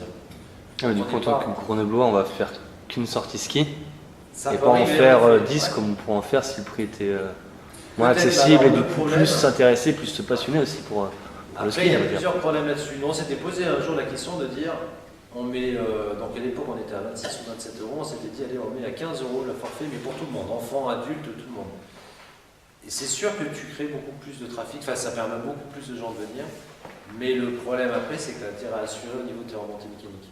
Et aujourd'hui, on est des fois à se dire, est-ce qu'il faut augmenter le prix, avoir moins de monde, mais que le confort et le service soient là, ou être gavé de monde et avoir des gens qui vont se plaindre parce qu'ils font la queue aux caisses, ils font la queue aux remontées mécaniques, et les remontées mécaniques saturent, etc. Donc il faut savoir sur la station, au maximum on peut mettre 14 000 personnes sur le domaine skiable. À 13 ou 14 000 personnes, c'est si tu fais la queue à toutes les remontées mécaniques. Puis quand j'ai la queue, c'est des fois une demi-heure de queue, quoi. Donc de baisser le prix, oui, c'est bon pour le client, mais par contre au niveau du service, on ne serait pas bon, et pour un chiffre d'affaires qui serait peut-être pas forcément supérieur. Et aux vacances d'hiver, aux vacances de février, vous êtes à combien? Sur le domaine skiable, on est toujours à peu près dans nous, les pires journées, je crois que c'est pareil pour toi, c'est les jours juste après Noël. Le 26, 27, 28 décembre, s'il fait beau, on se fait, mais les stations, on a du monde, il y a des kilomètres de voitures. Et en tous, un setlo, encore plus que nous, parce qu'ils n'ont pas de parking, donc les gens ne peuvent pas se garer. C'est le côté négatif. Mais l'ensemble Vercors, c'est pareil, Chambouz, c'est pareil, c'est pareil. Donc, alors on est content de ces journées-là, mais en même temps, moi, je n'aime pas voir des gens qui partent le soir en disant c'était trop galère cette journée. Au fond, c'était. Alors, s'il fait beau et s'ils ont passé une bonne journée, malgré tout, ils garderont peut-être un bon souvenir, mais jusqu'à la redescente, s'il y a du monde et qu'il faut encore une demi-heure de bouchon le soir ou une heure, au final, il n'y a plus de plaisir, quoi. Donc, et pareil, après, il y en a quand même un chiffre d'affaires à réaliser, parce qu'il y a quand même des gens à faire vivre, il y a toutes les charges à assurer. Et on avait fait un petit rapport de proportion, en baissant le prix, en gros, de 10%, juste de 10%, hein, donc en gros de 32 € passé à 28 à peu près. Pour arriver à faire le même chiffre d'affaires, il faudra augmenter la clientèle, la fréquentation d'à peu près 10%. Et déjà augmenter sa clientèle de 10% pour juste une simple baisse de 10%, c'est déjà compliqué. Donc pour retomber sur un équilibre financier, si on mettait le forfait bien plus bas, il faudra vraiment faire énormément de journées ski. Par contre, les jours où il fait pas beau. Ça change pas. Ça change pas. S'il fait pas beau, les gens ils vont pas.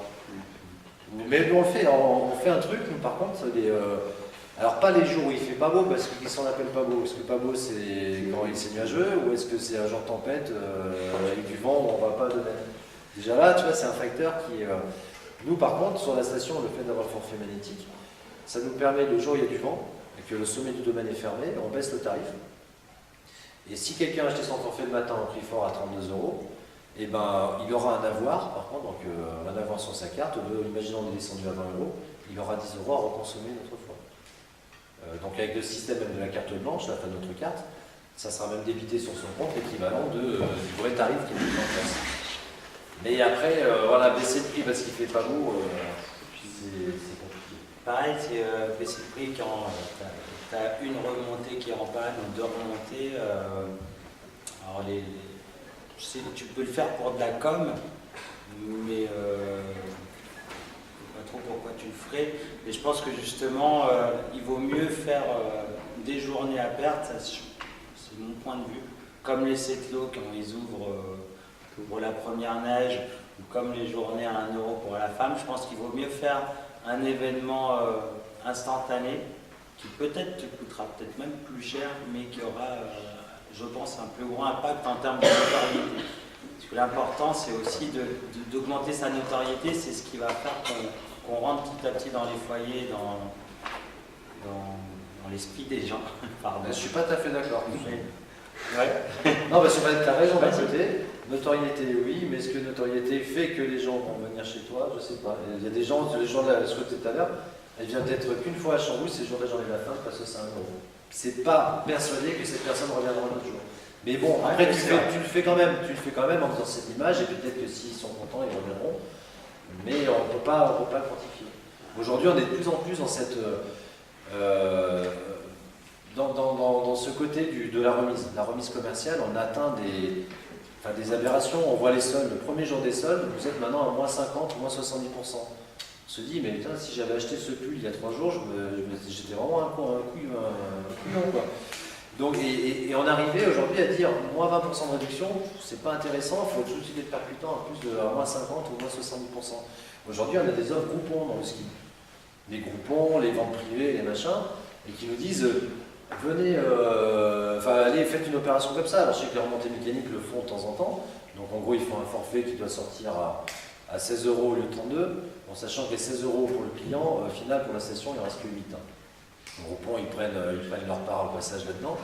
Et il y a des gens qui sont habitués maintenant du coupon de réduction et de système de couponing.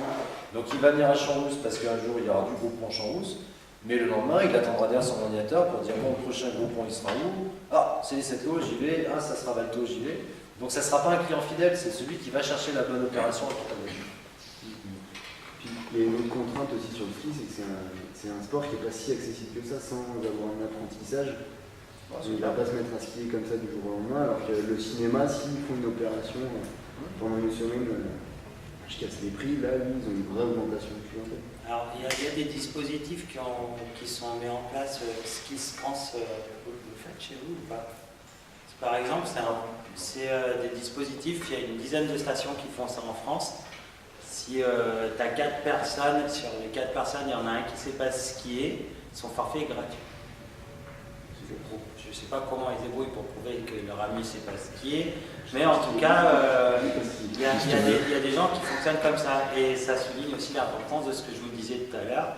Pour nous, c'est très important de faire venir, plutôt de faire revenir enfin les écoliers à la montagne quand ils sont petits, pour leur apprendre justement à skier, que ce ne soit pas un frein. Parce que c'est un frein, vous avez raison. Mais c'est sûr, le ski, non mais le ski c'est élitiste, hein, on est bien d'accord là-dessus. Et aujourd'hui, même nous quand on commence mal la saison, on se dit, quelqu'un qui par exemple a l'habitude de skier 5 fois par an à peu près, si en décembre il n'a pas skié parce qu'il n'y avait pas de neige, et qu'il commence à skier que janvier ou février, c'est pas pour ça qu'il fera ses 5 sorties, quoi. Peut-être qu'il dira, bon bah du coup, cette année j'ai skié que 3 fois, il avait un certain budget, mais ce budget, dès que, on va dire, le temps est un peu dépassé, ben, il ira faire autre chose avec. L'année dernière, on a couru un début de saison qu'on n'avait jamais vu. Super neige, début décembre, super temps. Plein, craqué. On s'est dit, cette année, on va être les rois du monde. Alors oui, on a bien commencé, mais après on a vu que sur février déjà, ça s'est soufflé, quoi. Les gens qui ont skié, qui ont dépensé leur budget en décembre, ils ne vont pas continuer à sortir encore et à continuer à skier jusqu'en février ou au mois de mars. Et on a eu une fin très difficile. En plus, le temps nous a perdu. Donc, non, c'est clair, voilà, tout est... oui, le ski, c'est cher. C'est pas plus cher que d'autres activités. Parce que voilà, moi, qui s'est m'a dit la dernière fois qu'il allait voir le concert de Gad Elmaleh, 62 € la place. Bon, bah voilà, quoi, c'est aussi... Mais c'est un plaisir, à un moment, les gens vont skier, c'est un plaisir, ils vont peut-être faire un peu moins de sorties qu'avant, mais voilà, on va réduire quand même le nombre de journées de ski, et puis en effet, il y a quand même hélas certaines personnes qui ne vont plus skier parce qu'ils ne peuvent plus. D'ailleurs, toi tu le vois aussi chez toi, au ski nordique, par contre, on a de plus en plus de monde. Parce que les gens se mettent au ski nordique, ce qui est bon aussi pour nous, station, hein, parce qu'il y a déjà à côté, c'est moins cher, je me fais moins mal, parce que voilà, il n'y a pas les risques de collision, etc. Et puis, c'est en plus le côté un peu footing de l'hiver. C'est ça. Voilà. Remplacer du coup, il y a une belle augmentation du ski nordique. Bah, nous, c'est quasiment, je crois, c'est plus au moins 10% par an. 12%, depuis 2-3 ans. Est-ce que vous avez une idée comme ça du chiffre d'affaires de la société qui gère la remontée mécanique de Chamonix? Du tout, c'est différent ça. Attends, je dis pas de bêtises. S'ils sont considérés dans les remontées mécaniques, donc de toute façon le 1 c'est toujours la plagne, mais je pense qu'ils doivent être, alors encore une fois je ne sais pas s'ils sont là-dedans, mais je pense qu'ils doivent être à peu près entre 40 et 50 millions d'euros. Parce que je sais qu'ils possèdent entre l'Aiguille du Midi, le Brévent et le Petit Train du Montanvert, ils ont les 3 premières destinations touristiques en région Rhône-Alpes. Ouais, mais ça ne m'étonne pas. En été. Parce que c'est côté, c'est Mont Blanc. Hein. Oui. C'est typiquement Mont Blanc. Il faut savoir quand même qu'il y a des gens, notamment les Japonais. Les Japonais, en 3 jours, ils font la France entière. Enfin, ils font la France entière. Ils arrivent à Paris, ils visitent Paris une journée. Ils font une journée, ils prennent le train ou l'avion, je ne sais plus, ils vont à Chamonix. Ils vont à l'Aiguille du Midi, ils redescendent en photo, tac tac. Et le lendemain, ils sont au Mont-Saint-Michel. Et ça, c'est énorme. Et ça, ils tournent, eux, du mois de... je crois que le seul mois où ils sont un peu calmes, je crois que c'est octobre ou novembre. Et sinon, après, c'est Chamonix. C'est pour ça que moi, ça m'épate que ce soit aussi faible Chamonix en montée mécanique. C'est que je ne sais pas combien de journées ski ils font, mais cette année, ils sont passés à 48 € forfait jour. Ouais. Mais tu sais, en ski, après Chamonix, alors j'ai jamais skié à Chamonix, mais pour connaître des gens là-bas, c'est pas du tout une station familiale. Tu y vas pour faire du ski un peu freeride, engagé. Donc, si tu es avec ta famille, tu vas aux Ouches, tu vas à d'autres endroits là-bas. Mais tu vas surtout pour une journée en fait. Ouais, voilà, mais sinon tu vas pour une journée. Oui. Tu te fais ton plaisir, tu te fais de la traversée, tu te fais toute la. Ouais, mais juste la fréquentation à l'Aiguille du Midi, c'est entre 5 et 6 000 personnes jour à l'Aiguille du Midi. à 45 € l'aller-retour. Oui, ça fait déjà un sacré chiffre d'affaires juste sur les midi. Ouais, donc je sais pas. Alors, est-ce qu'après ils sont pas considérés, comme c'est remontée mécanique, c'est pas considéré comme. Je pense qu'ils sont dedans, hein, mais ça se trouve, ils sont quand même en dessous de la plane, par exemple, parce que malgré tout, la plane, tu dis c'est 5 et 6 000. La plane, c'est en nombre de lits, c'est 69 lits, je crois. Donc t'imagines, même si tout le monde ne skie pas, entre le mois de décembre et le mois d'avril, le monde a un tarif quasiment équivalent, oui. je pense. C'est ça, ça va vite. Mais ouais, je sais pas, je m'en sais un petit peu. Ça m'a fait un petit peu tiquer quand tu as dit que c'était les 3 premières destinations en Rhône-Alpes. Juste pour faire un petit parallèle, il y a des grandes stations comme Courchevel, Tignes, Val d'Isère, qui en plus, et ça c'est un peu une exception française, parfois font des alliances pour créer des grands domaines, des énormes domaines. On en compte une 50aine de grosses stations de cette qualité au monde. Et en France, on en a 16. On a un tiers de l'offre mondiale grosse station qui est en France. Moi, je parle de ces premières destinations, c'est monument. Non, mais c'était juste pour compléter. Ça m'avait fait penser à ça. Parce que ça peut peut-être vous intéresser. C'est pour ça aussi que ça participe au fait qu'on soit les numéros en offre neige. Après, ça fait penser au niveau donc, du marché des séjours. Bon, nous, en effet, on fonctionne plus avec une clientèle française. Après, les grosses stations, alors bon, bien entendu, au niveau marché européen, donc on est en effet la première destination de ski en nombre de jeunes skieurs. Bon, on essaye de le maintenir, ça sera de plus en plus difficile parce qu'il y a aussi des pays émergents qui sont en train de sortir des stations. En preuve en est les fameux Jeux Olympiques dans 15 jours. On verra ce que ça deviendra après. C'est une station balnéaire quand même. C'est une station balnéaire. Oui, tout à fait. Il n'y avait rien à la base, c'est pas bon. Et voilà, et c'est vrai qu'il va falloir arriver à maintenir nos skieurs français et étrangers en France parce qu'ils demandent de plus en plus de services. Et en France, on n'est quand même pas les plus forts en termes de services. Au niveau tourisme, on a quand même assez, je ne vais pas dire mauvais, mais on a des choses à. Il va falloir y aller pour garder notre clientèle. Après, c'est vrai qu'on est une destination, alors bon, on va toucher que l'Europe proche. Après, il y a aussi les États-Unis, il y a vraiment de toutes les parties du monde qui viennent, alors vraiment cette fois dans les gros domaines qui montent très haut, etc. Donc chacun a sa part du marché. Mais il va falloir qu'on se méfie puisque tout ce qui est Pologne, Hongrie, enfin voilà, il y a pas mal de pays qui sont en train de se développer, il va falloir se méfier. Alors, pour revenir un petit peu sur quelque chose de plus global, sur comment vous voyez, vous, l'avenir de vos stations qui sont quand même relativement moyenne montagne et pas de très très grosses stations, à moyen et long terme avec toutes les problématiques de réchauffement climatique. On annonce 2 degrés au minimum à la fin du siècle, 2 degrés sur vos stations et ça sera probablement plus. Ça change énormément de choses en termes de volume de neige, etc. Comment vous voyez préparer un petit peu ces changements profonds qui risquent d'arriver dans les 30-40 prochaines années? Il n'y aura plus de neige avant moi. Je suis plein nord, je suis pas plein sud. Ça peut peut-être me sauver la vie. Non, on avait une sœur jumelle qui était de l'autre côté du versant, à la même altitude.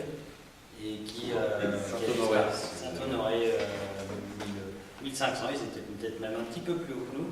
Juste au-dessus du lac de la Fraye, cette station là. Enfin, du coup, la station a fermé. Ça fait 10 ans. Elle avait ouvert. Il y avait des téléskis, télésièges. Moi, c'était mal. Non, mais c'était une aberration. Ce truc-là, c'était une aberration de politique. On dit là, on va faire une station. Ouais. Ils ont mis des moyens à fond, ils ont créé des résidences à Total, et puis après ils ont dit merde, c'est plein sud. À 1300 mètres. Ça a ouvert, je crois, ça a quasiment. Ça a ouvert 10 ans à peu près. Il y a pas de neige demain. 15 ans, et puis du coup, ils ont tout fait pour se relier à nous, parce qu'ils n'avaient pas vraiment de domaine à offrir. Et du coup, tu mettais 20 minutes en remontée mécanique, pratiquement autant de temps que par la route, à venir skier chez nous, du coup. Donc effectivement, ce qui leur a fait beaucoup de mal, c'est d'être ces problèmes de neige. Donc après, à savoir sur les stations de ski, ça fait 30-40 ans qu'on se prépare à ça. Donc on est pratiquement tous équipés, même moi qui suis vraiment dans les petites stations avec peu de budget, on est équipé en canon à neige. Même si des années comme celle-ci, on est passé, je pense qu'encore 4-5 jours de beau temps à certains moments, et on aurait peut-être été amené à fermer, donc c'est pas si loin, mais des années comme ça, l'antérieur c'était 2006, ça t'arrive une fois tous les 10 ans. Je pense que ça fait partie du jeu. Après, il y a la qualité du travail fourni, les dameurs font un travail qui n'a plus rien à voir avec le travail de damage d'il y a 20 ou 30 ans en arrière. Un bon dameur, il peut te faire rester la neige sur ta piste, alors même qu'à côté, il y a déjà de l'herbe depuis 2 semaines. Donc il y a des techniques, on s'améliore du niveau de la technique et puis on s'équipe. Alors effectivement, moi je risque d'avoir un problème plus tôt. Après, alors, ce qui est marrant, c'est que quand on parle de réchauffement climatique, tu vois, les derniers réchauffements climatiques, on a eu 9 mètres de neige en cumulé, c'est ce qu'on n'avait pas vu depuis 20 ans. Donc aujourd'hui, bon, oui, en effet, il y a ce réchauffement. Moi, je trouve que c'est plus aujourd'hui un dérèglement climatique qu'un réchauffement climatique, même si on y tend, quelque part. Donc, comme tu disais, la dernière fois où on n'a pas eu de neige, c'était en 2006, on s'est posé la question, ça craint et tout, puis en fait, depuis ça va, donc on aura toujours des années, on aura encore des années fastes où ça va bien aller, des années où ça sera un peu plus difficile. Dans 30-40 ans, oui, de toute façon, il y aura en effet ce réchauffement, et même les canons, pour qu'ils tournent, il faut qu'ils fassent en dessous de moins 4 degrés, donc si des années, en effet, il fait toujours 0 ou un peu plus, ça sera difficile. Aujourd'hui, on n'est pas encore touché, je pense que les prochains élus, etc., continueront à travailler sur l'après-ski ou le hors-ski pour faire proposer d'autres choses. Aujourd'hui, ceux qui sont plus impactés dans le coin, c'est Saint-Pierre-de-Chartreuse, par exemple. Saint-Pierre, typiquement, alors eux, ils ont beaucoup développé le VTT, ils sont capables, le jour où il n'y a pas de neige, d'ouvrir, de sortir les VTT et de faire du VTT. Bon, tant mieux pour eux, mais c'est sûr, c'est quand même pas la même chose. Après, c'est difficile à tirer des plans sur les 30-40 prochaines années. C'est vrai que le ski théoriquement est voué à pas à disparaître, mais en tout cas à se retrouver de plus en plus dans les stations hautes. J'ai pas trop de réponse. Moi, je ne crois pas trop au réchauffement climatique. Je pense qu'on va peut-être prendre un degré ou deux. Je ne suis pas sûr que ça nous change beaucoup. C'est des moyennes. C'est des moyennes mondiales, donc il va y avoir des endroits où ça va augmenter de 4 degrés, d'autres endroits où ça va baisser de 4 degrés. Enfin, ou que de 3, vu que pour que la moyenne se fasse à plus 2. Donc ça se trouve, on va être dans une zone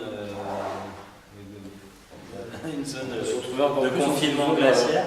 Ce qui est un peu le cas depuis 2 ans, on a des intempéries tout le temps, dans une zone encore plus, je ne sais plus ce que quelqu'un disait une fois, enfin pas climat tropical, mais je ne sais plus quoi, on aura peut-être encore plus dans une zone de précipitation, de plus en plus de jours de mauvais temps. Donc on ne sait pas trop comment ça va se passer dans la réalité. Ce réchauffement. En 40 ans, ça sera plus long. Ça se trouve dans 3 mois. C'est vrai que ça se trouve. Ça représente combien en termes de budget par l'investissement, justement, tous ces investissements canons à neige, l'amélioration des techniques de damage?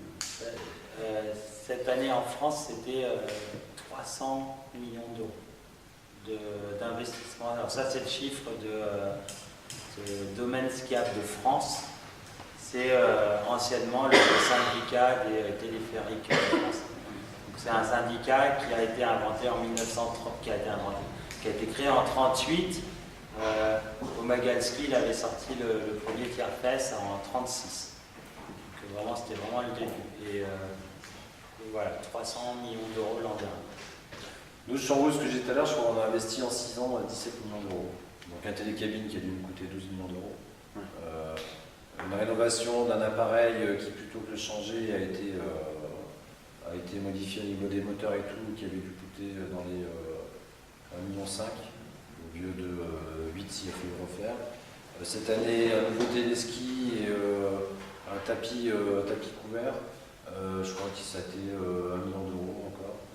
Donc vite en effet sur des sommes à chaque fois. Et puis la neige de culture et tout, c'est des travaux, alors c'est un peu difficile à chiffrer, mais je crois que ouais, c'est tout de suite dès qu'il fallait trancher, le machin et tout, t'es vite sur des centaines de milliers d'euros. Après, c'est un investissement à long terme. Ouais, tout à fait. Nous aujourd'hui sur la station, toutes les zones de la station jusqu'en bas ont des enneigeurs. Il faut dire enneigeur et pas canon à neige. Une neige de culture. Une neige artificielle. On a bien révisé nos fiches. Mais ouais, nous par exemple, on garantit une ou deux pistes, pas l'ensemble jusqu'en bas en enneigeur.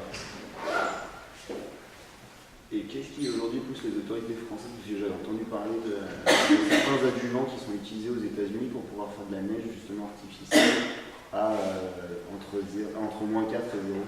Pourquoi les autorités françaises sont contre? Après, point de vue écologique, je crois. Ouais, voilà. C'est vrai que c'est un peu scandaleux ces trucs. D'ailleurs, ils ont fait des choses pétrolières. En fait, la neige, elle va avoir plus de facilité à cristalliser autour d'une petite poussière en suspension dans l'air. Et je crois que c'est des ions argent qui balancent pour remplacer cette petite poussière et du coup faciliter Mais du coup, c'est... Tant mieux qu'il y ait des choses comme ça qui soient en France interdites. Voilà, pas le ski ou l'activité à tout prix. Je pense que c'est bien de garder ce côté. Une petite notion d'ailleurs par rapport au canon à neige, enfin pardon, la neige de culture, que certains disent c'est scandaleux, la neige, enfin l'eau qui est utilisée. J'avais lu une fois quelque chose, en gros, alors si je dis pas de bêtises, les canons à neige, l'échelle nationale, alors, je parle en... Je ne sais plus si c'était 37 millions de mètres cubes, mais à comparer à plein d'autres choses, et notamment les piscines, l'eau des piscines, toutes les piscines de partout, c'est déjà le double de ce qui est utilisé en canon à neige. Et c'est ridicule, c'est 50 fois moins, je crois, que l'eau qui est utilisée pour la culture du maïs, par exemple. Et sachant que l'eau qui est envoyée fait la neige et retombe dans les nappes phréatiques, donc en gros, voilà, le scandale de la neige de culture n'est pas un scandale. Elle est juste stockée pendant quelques mois. Voilà, elle est stockée en effet dans des... Il y a des lois qui ont réglementé, tu dois déverser dans le même bassin versant où tu as prélevé, où tu as des équilibres, donc c'est structuré en plus. Si vous avez encore des questions, on se retrouve à deux. Ça va finir par parler tous les deux. Est-ce qu'on a répondu un peu à vos questions, si vous avez des commentaires, si vous avez bien Champs-Rousse par exemple. Est-ce que vous avez déjà vu skier chez nous d'ailleurs? Ouais. Et chez vous? Non. Non, mais l'Alpe du Grand Cerf, moi pour y être il y a une fois, c'était en 1900. Non, c'est sympa, c'est vrai que c'est plus petit. Après, bon, il y a le problème du transport, parce que c'est vrai qu'il faut déjà aller plus loin pour aller chez toi. Ah non, mais c'est sympa, il y a une cuvette arrivant en haut, il y a une sorte de cuvette avec un peu à l'image de cette eau, quelque part, où tu peux skier de partout. Alors, c'est des tire-fesses en haut. Ouais. Donc, tu as des tire-fesses qui montent comme dans un cratère, et après, bah, tu peux skier où tu veux. Une sorte de saco mexicain, tu as quelques pistes sur les crêtes où tu as vraiment des paysages, tu vois tout Vercors, tout Belledonne, tout Chartreuse, enfin, pas exactement tout Belledonne, mais une bonne partie. Tu as les 3 lacs de la Fraie qui sont en bas de chez toi quand tu es en train de skier. C'est joli. C'est une belle station, ça fait partie des beaux paysages. Au niveau de la taille, on doit être à peu près à la moitié de la taille de Champs-Rousse, les 3 quarts. Grosso modo. La moitié.